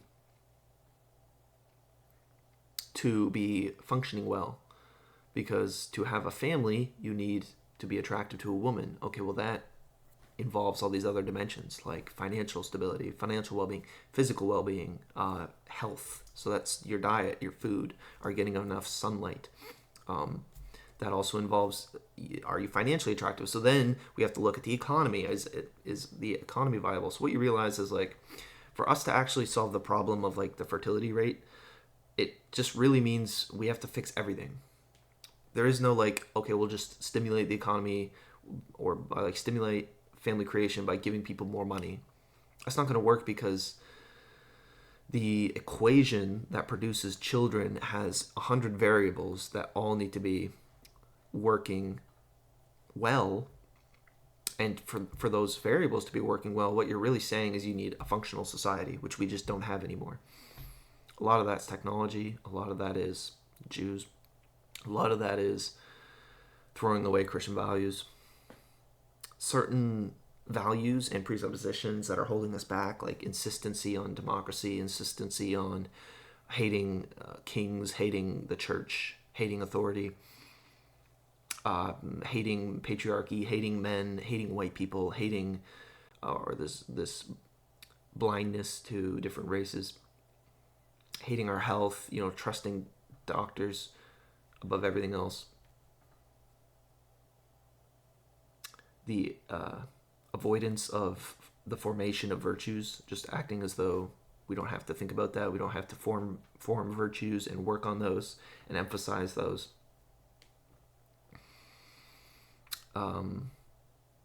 Even just like finding healthy food is hard, because if you live in a city, you're not going to be able to find like locally sourced, healthy, non-chemically fucked food. It doesn't have a bunch of preservatives and a bunch of shit in it. It's going to be really hard. You go into your supermarket and everything is junk. Everything in there. There's 100 different options. All of them are sugar-filled, salt-filled, high-calorie, low nutrition, preservative-filled junk. It's all junk. So you have 100 options, but they're all junk. And if you want something healthy, you have to pay a premium, which really sucks because you already probably don't make enough money. And then you're bombarded by fast food joints who are just sitting right there with bright colors and tasty food with smell probably coming out of the chimney all around the block, everywhere you go. Another reason to avoid living in cities is because you're constantly bombarded with advertising for goy slop. And everybody talking about the fertility crisis is thinking about it in one dimension. They're thinking, oh, it's feminism. Oh, it's this. Oh, it's that. Oh, it's the economics. No. Fertility is a reflection of a flourishing, productive, stable society. It needs all the things. It's a holistic equation that goes into the formation of human beings to their generation. It requires all these things to be going well. You need a place to put them. You need to be able to feed them. You need a mom and dad who are virtuous, who are in a marriage, who can physically produce kids who aren't infertile, who have a house to house them in, who can afford good food for them, who can get good food for them, who make good financial decisions, who aren't addicted to any substances, who don't have their pair bonding fucked over by tons of bad previous sexual decisions. Like, that's what people don't realize, is the equation for producing a functional human being, even just one, requires a plethora of factors which amount to a thriving, moral, stable society, which is being eroded. And so we would basically need to fix everything to fix the fertility. And to fix all these things, there's really no catch-all solution aside from the only thing that would actually fix all these things in one go would be mass conversion. Everybody converting to orthodoxy. Because that would be the only mechanism that would involve some kind of normative authority to challenge and eradicate people's bad presuppositions. Because if someone wants to be a feminist, you can be like, well, your church doesn't allow that. You can't be a feminist. Here's why. But if you're just some stupid Protestant, if you're just like some secular humanist, there's no way to eradicate people's bad presuppositions. There's nothing binding them to anything. They can just pick and choose what beliefs they want. There's nothing forcing them to be consistent either. You think, well, oh, yeah, but they're wrong. Okay, who cares if they're wrong? Don't you see? It's a different question of whether someone's right or wrong, and whether someone can be bound to something, changed, right? Who cares if they're wrong? Why ought we be right? Why ought we be consistent? Who cares about consistency, right?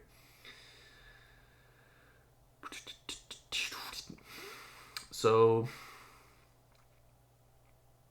the real truth nuke is that everything is fucked, and the only way to fix it is repentance, turning to God, falling back under his body, under Christ, his church, his body, throwing away all heresies and errors, repenting,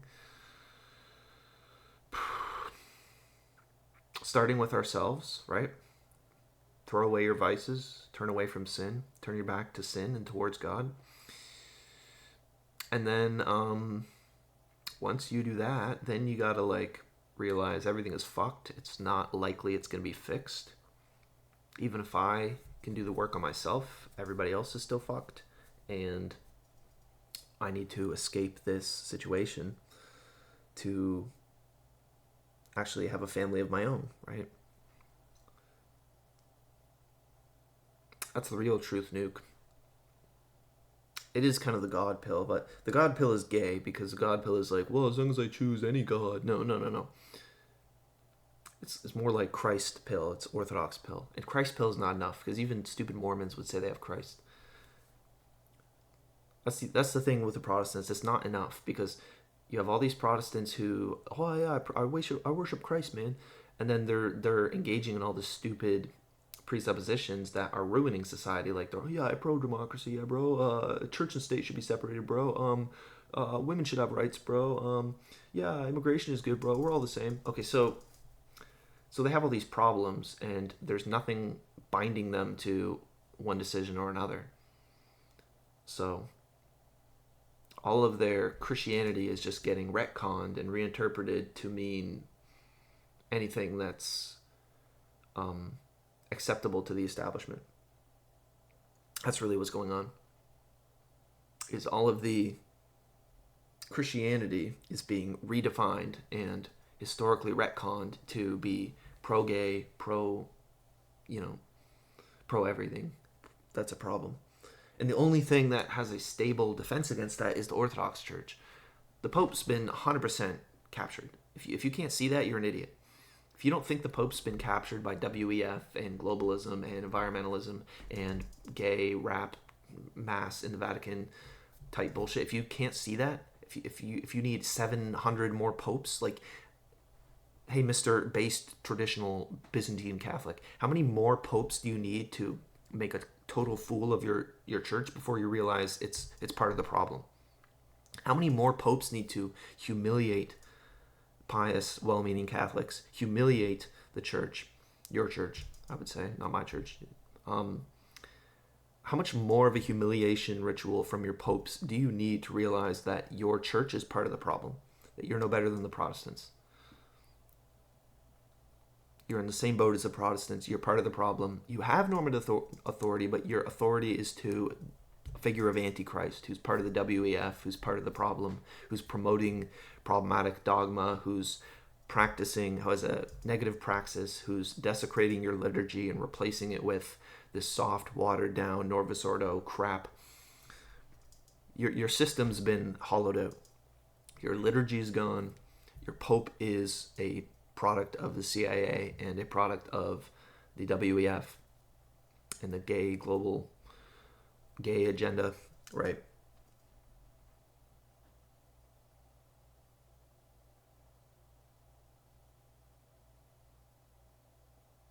And if you look at the fruits of the Catholic Church, what is it? The women are all whores. The men are gay. I'm just saying it like it is. I'm just being real Catholics. Let's look at the fruits. Your women are all whores, all of them. And this whole like, yeah, well, if you go to the trads. Okay, the trad doesn't help because you're still part of the Roman Catholic Church. So you can't run away to the fringes, the exception, you're the same as the NAXALT, the Naxalt fallacy. Well, but not all women, not all Catholics are like that. Look, here's some trads in the dusty corner of Catholicism. Okay, well, I'm addressing the elephant in the room, not the dusty little mouse in the corner of the room. The room is filled with an elephant. The mouse takes up a fraction of the room. And at the end of the day, you still profess to submit to Rome. So you're like a Republican who says, I'm against abortion, but you still support Trump and you still support the Jewish GOP who is pro-abortion and pro-women's rights.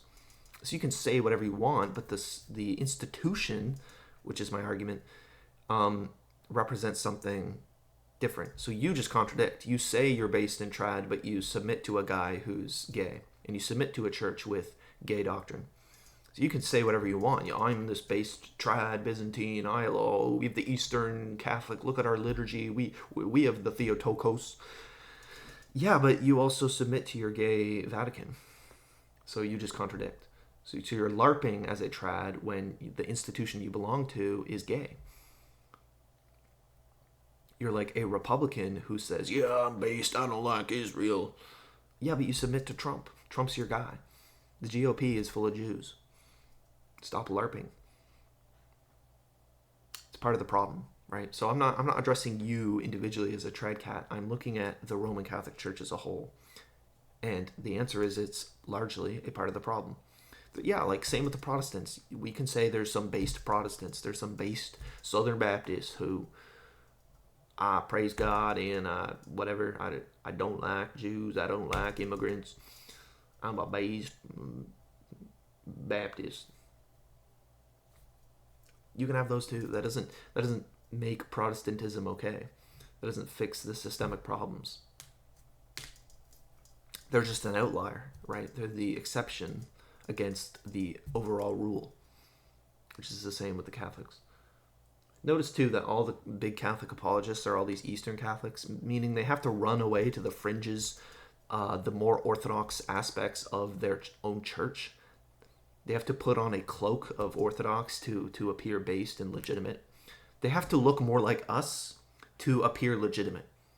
Just think about that. Like, what is I'm Matt Walsh. I love Michael Knowles. I love the trad Latin Mass. Yes, it's amazing. It's beautiful.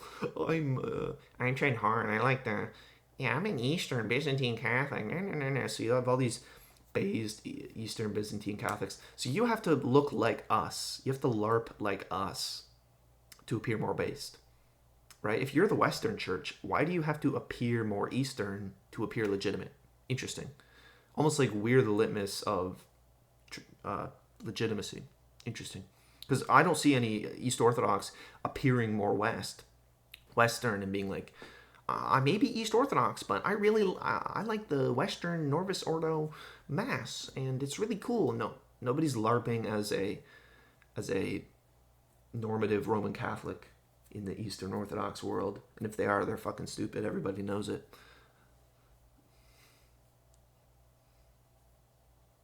Yeah, there's no major apologists running around pretending to be half Catholic, to gain credibility. So Protestantism is not enough. I'm a Christian. Catholicism is also not enough. Protestants, you need normative authority. You need somebody to bind you and fix the errors in your ways. You need someone to tell you that you're wrong and cleanse out the bad presuppositions. Roman Catholics at least have normative authority, but it's very obviously corrupted, and it's not legitimate normative authority. It's this Antichrist Pope. So you're not going to fix any of your problems with this Antichrist Pope. He's not going to help make people more based. When people come into the Catholic Church, they're not going to look at the authority structure of the church and be like, oh yes, I'm going to fix all my problems now because I am part of this based institution. No, it's a gay institution.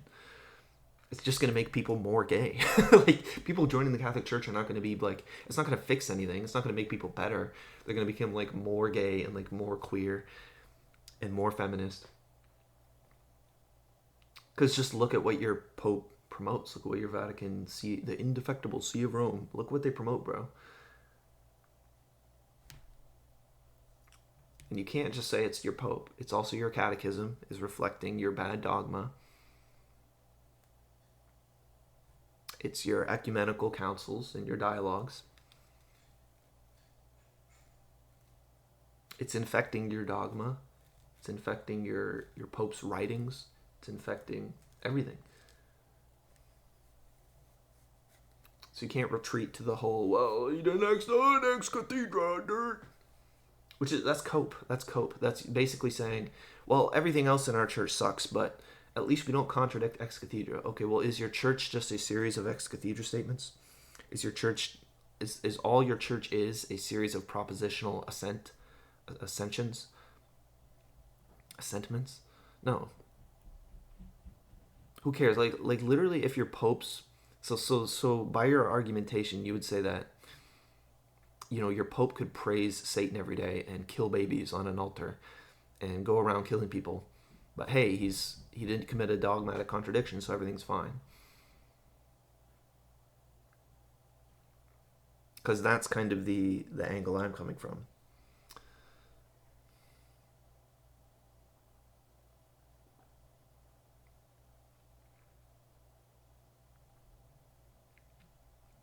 Yeah, and the Catholic Church is just actively being retconned to be gay. Like, there's either two options. One,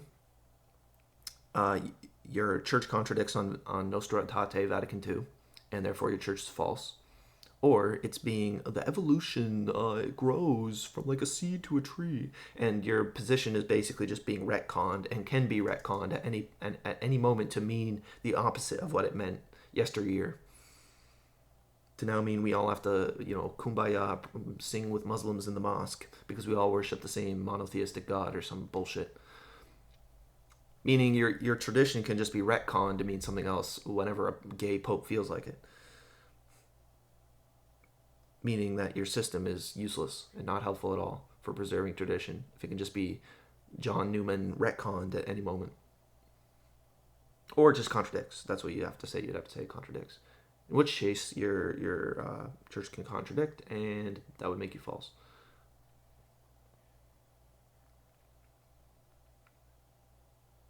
How are you going to preserve tradition when you actively run around contradicting?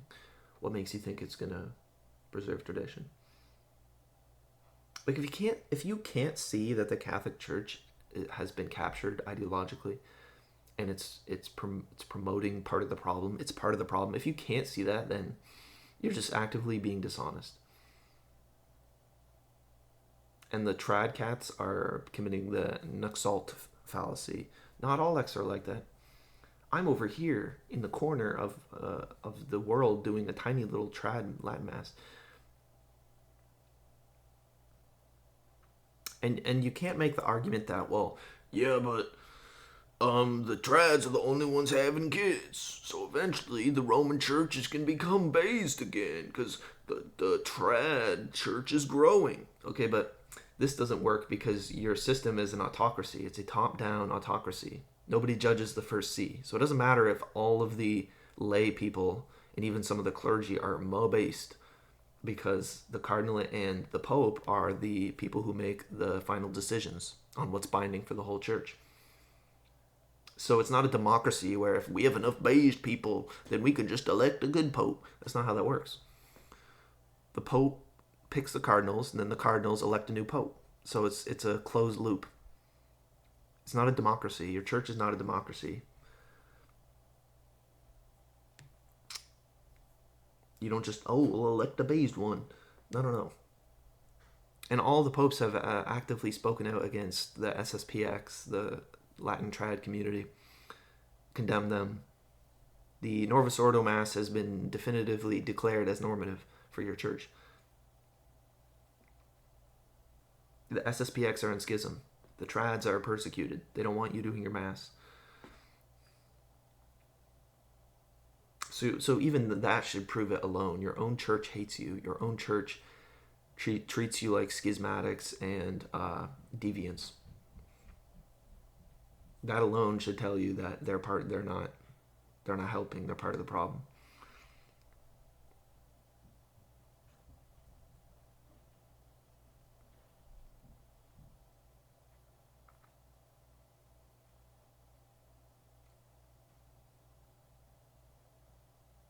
It's funny too. They'll be like, "Yeah, the Pope can be wrong on an issue." No, popes can be wrong.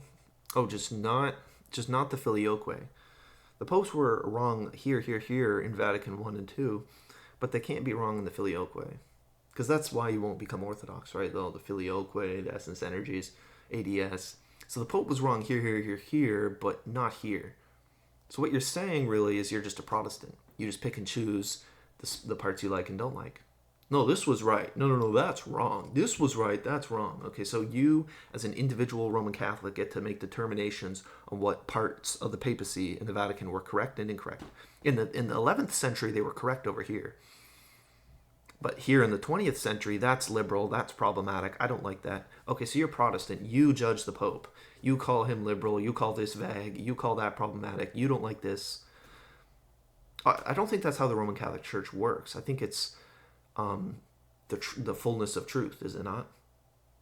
You don't get to you as a Roman Catholic don't get to run around and say which parts are good and which parts are bad. That would be very Protestant of you. And if you're going to do that, then why not just admit that they were wrong in the 11th century and that the Orthodox were right? Like, if you're in this position where the Catholic Church can be wrong, well, why not just go all the way back and say they were wrong at the 11th century and we were right? There you go. That would solve all your problems. Now you just come to the Orthodox Church and you don't have to deal with any of the gay popes run by the CIA trying to subvert the entire thing and hollow it out. We don't have a hollowed out liturgy. We have a preserved, beautiful liturgy. We don't have bad doctrine and bullshit Nostra Aetate, fucking Masonic bullshit doctrine. We don't have any of that. Come over here. There's no problems over here. Yeah, but ecumenist patriarchs, dude. Oh, so almost like we admit that patriarchs and bishops can be wrong, right? Just like the Roman bishop was wrong, we can say the patriarchs are wrong. There you go. Almost like we have a decentralized fail-safe system to protect against that. Proof of concept. Thank you. But the problem is not really intellectual, because Orthodox can walk circles around Catholics in terms of theology, and even really the stupid papal lawyering gets really cringe too. And the Catholics just kind of make a fool of themselves defending their stupid pope. The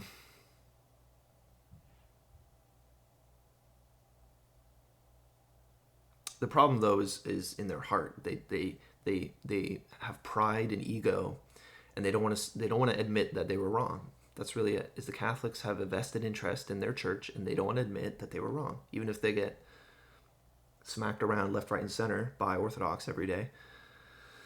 They don't want to admit that they're wrong. They have ego, because they've been flexing on the Protestants their whole life, for pretty much the past 1,000 years, or not 1,000, but the past 500 years. They've just been flexing on Protestants left, right, and center, and just like treating them like shit, because we're the true church, submit to Rome, against all the Protestants. So how are they going to admit they're wrong now to the Orthodox? They can't. And for that would require humility, and for that would require a heart of flesh, and that would require them to repent, admit that they were wrong. And that will never happen. Unless, of course, they choose. That's something individual. That has to happen with God's grace. Only God can make that happen. That's not something, no argument is going to be able to force a hardened heart out of their stupidity and their bad presuppositions. It's going to have to be something that God does with them. Something they themselves have to choose, and something that God has to give them a heart of flesh for. So in general, I think debate is not helpful. But if you just think about it too, like the mountain of bad presuppositions that the West occupies, like democracy, secularism, women's rights, secular humanism, egalitarianism, tabula rasa, blank slate theory, anti-race realism, postmodernism. Like, there's just so many bad heretical positions that the West occupies that it's just the amount of work it would do, the amount of intellectual prerequisite, the amount of the disposition, the amount of work that would have to be done on the average individual to cleanse them of all these bad ideas. It's just so monumental that it's becoming a bit ridiculous.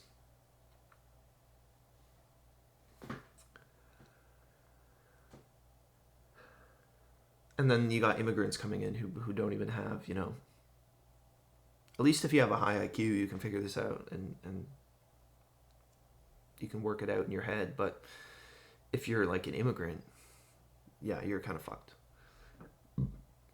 Especially now that we're competing with Islam. We're competing with all these Arabs coming in here promoting Islam and all these spiritual New Age, Hindu, Indian groups. It's just becoming a massive theological clusterfuck that we have to navigate through. At least before, it would be like, okay, everyone's Christian, everyone's white, everyone kind of has an idea, everyone's trained, have a little bit of training in classical logic, they know what a fallacy is. But now it's just like, okay, everyone's kind of fucked. It's up to God now. Do what I can, but it's up to God. Most people don't have the prerequisite disposition or IQ to be able to engage in a debate anymore. So when I look at things and I look at the way the West is going, I don't think people are going to really change. And I think it's just getting worse. I think the people that we're working with are just deteriorating. They're worse. They're less intelligent. They're more radical. Worse ideas. The ideas people have are worse and worse. People are getting brain rotted more and more. It's just not good. It's not good. So I wouldn't think like Nick Fuentes, like, oh, we'll just fix the system and we'll just get money and start influencing politics. I don't really think that's going to work. Even someone like Nick is Catholic, so if his solution is Catholicism, that's not going to help. He that does not gather together scatters abroad. So we're going to just see more bullshit, even from Groyper and the Catholic solution. Even if that becomes dominant and everyone becomes Catholic, that's not really going to help. It's going to help a little, but in the broad scheme of things, it's not enough. Rip. This fucking dog, bro. Alright, well, I gotta go. I probably gotta stop yapping. But yes, that's kind of where I'm at mentally in terms of the state of affairs with the country.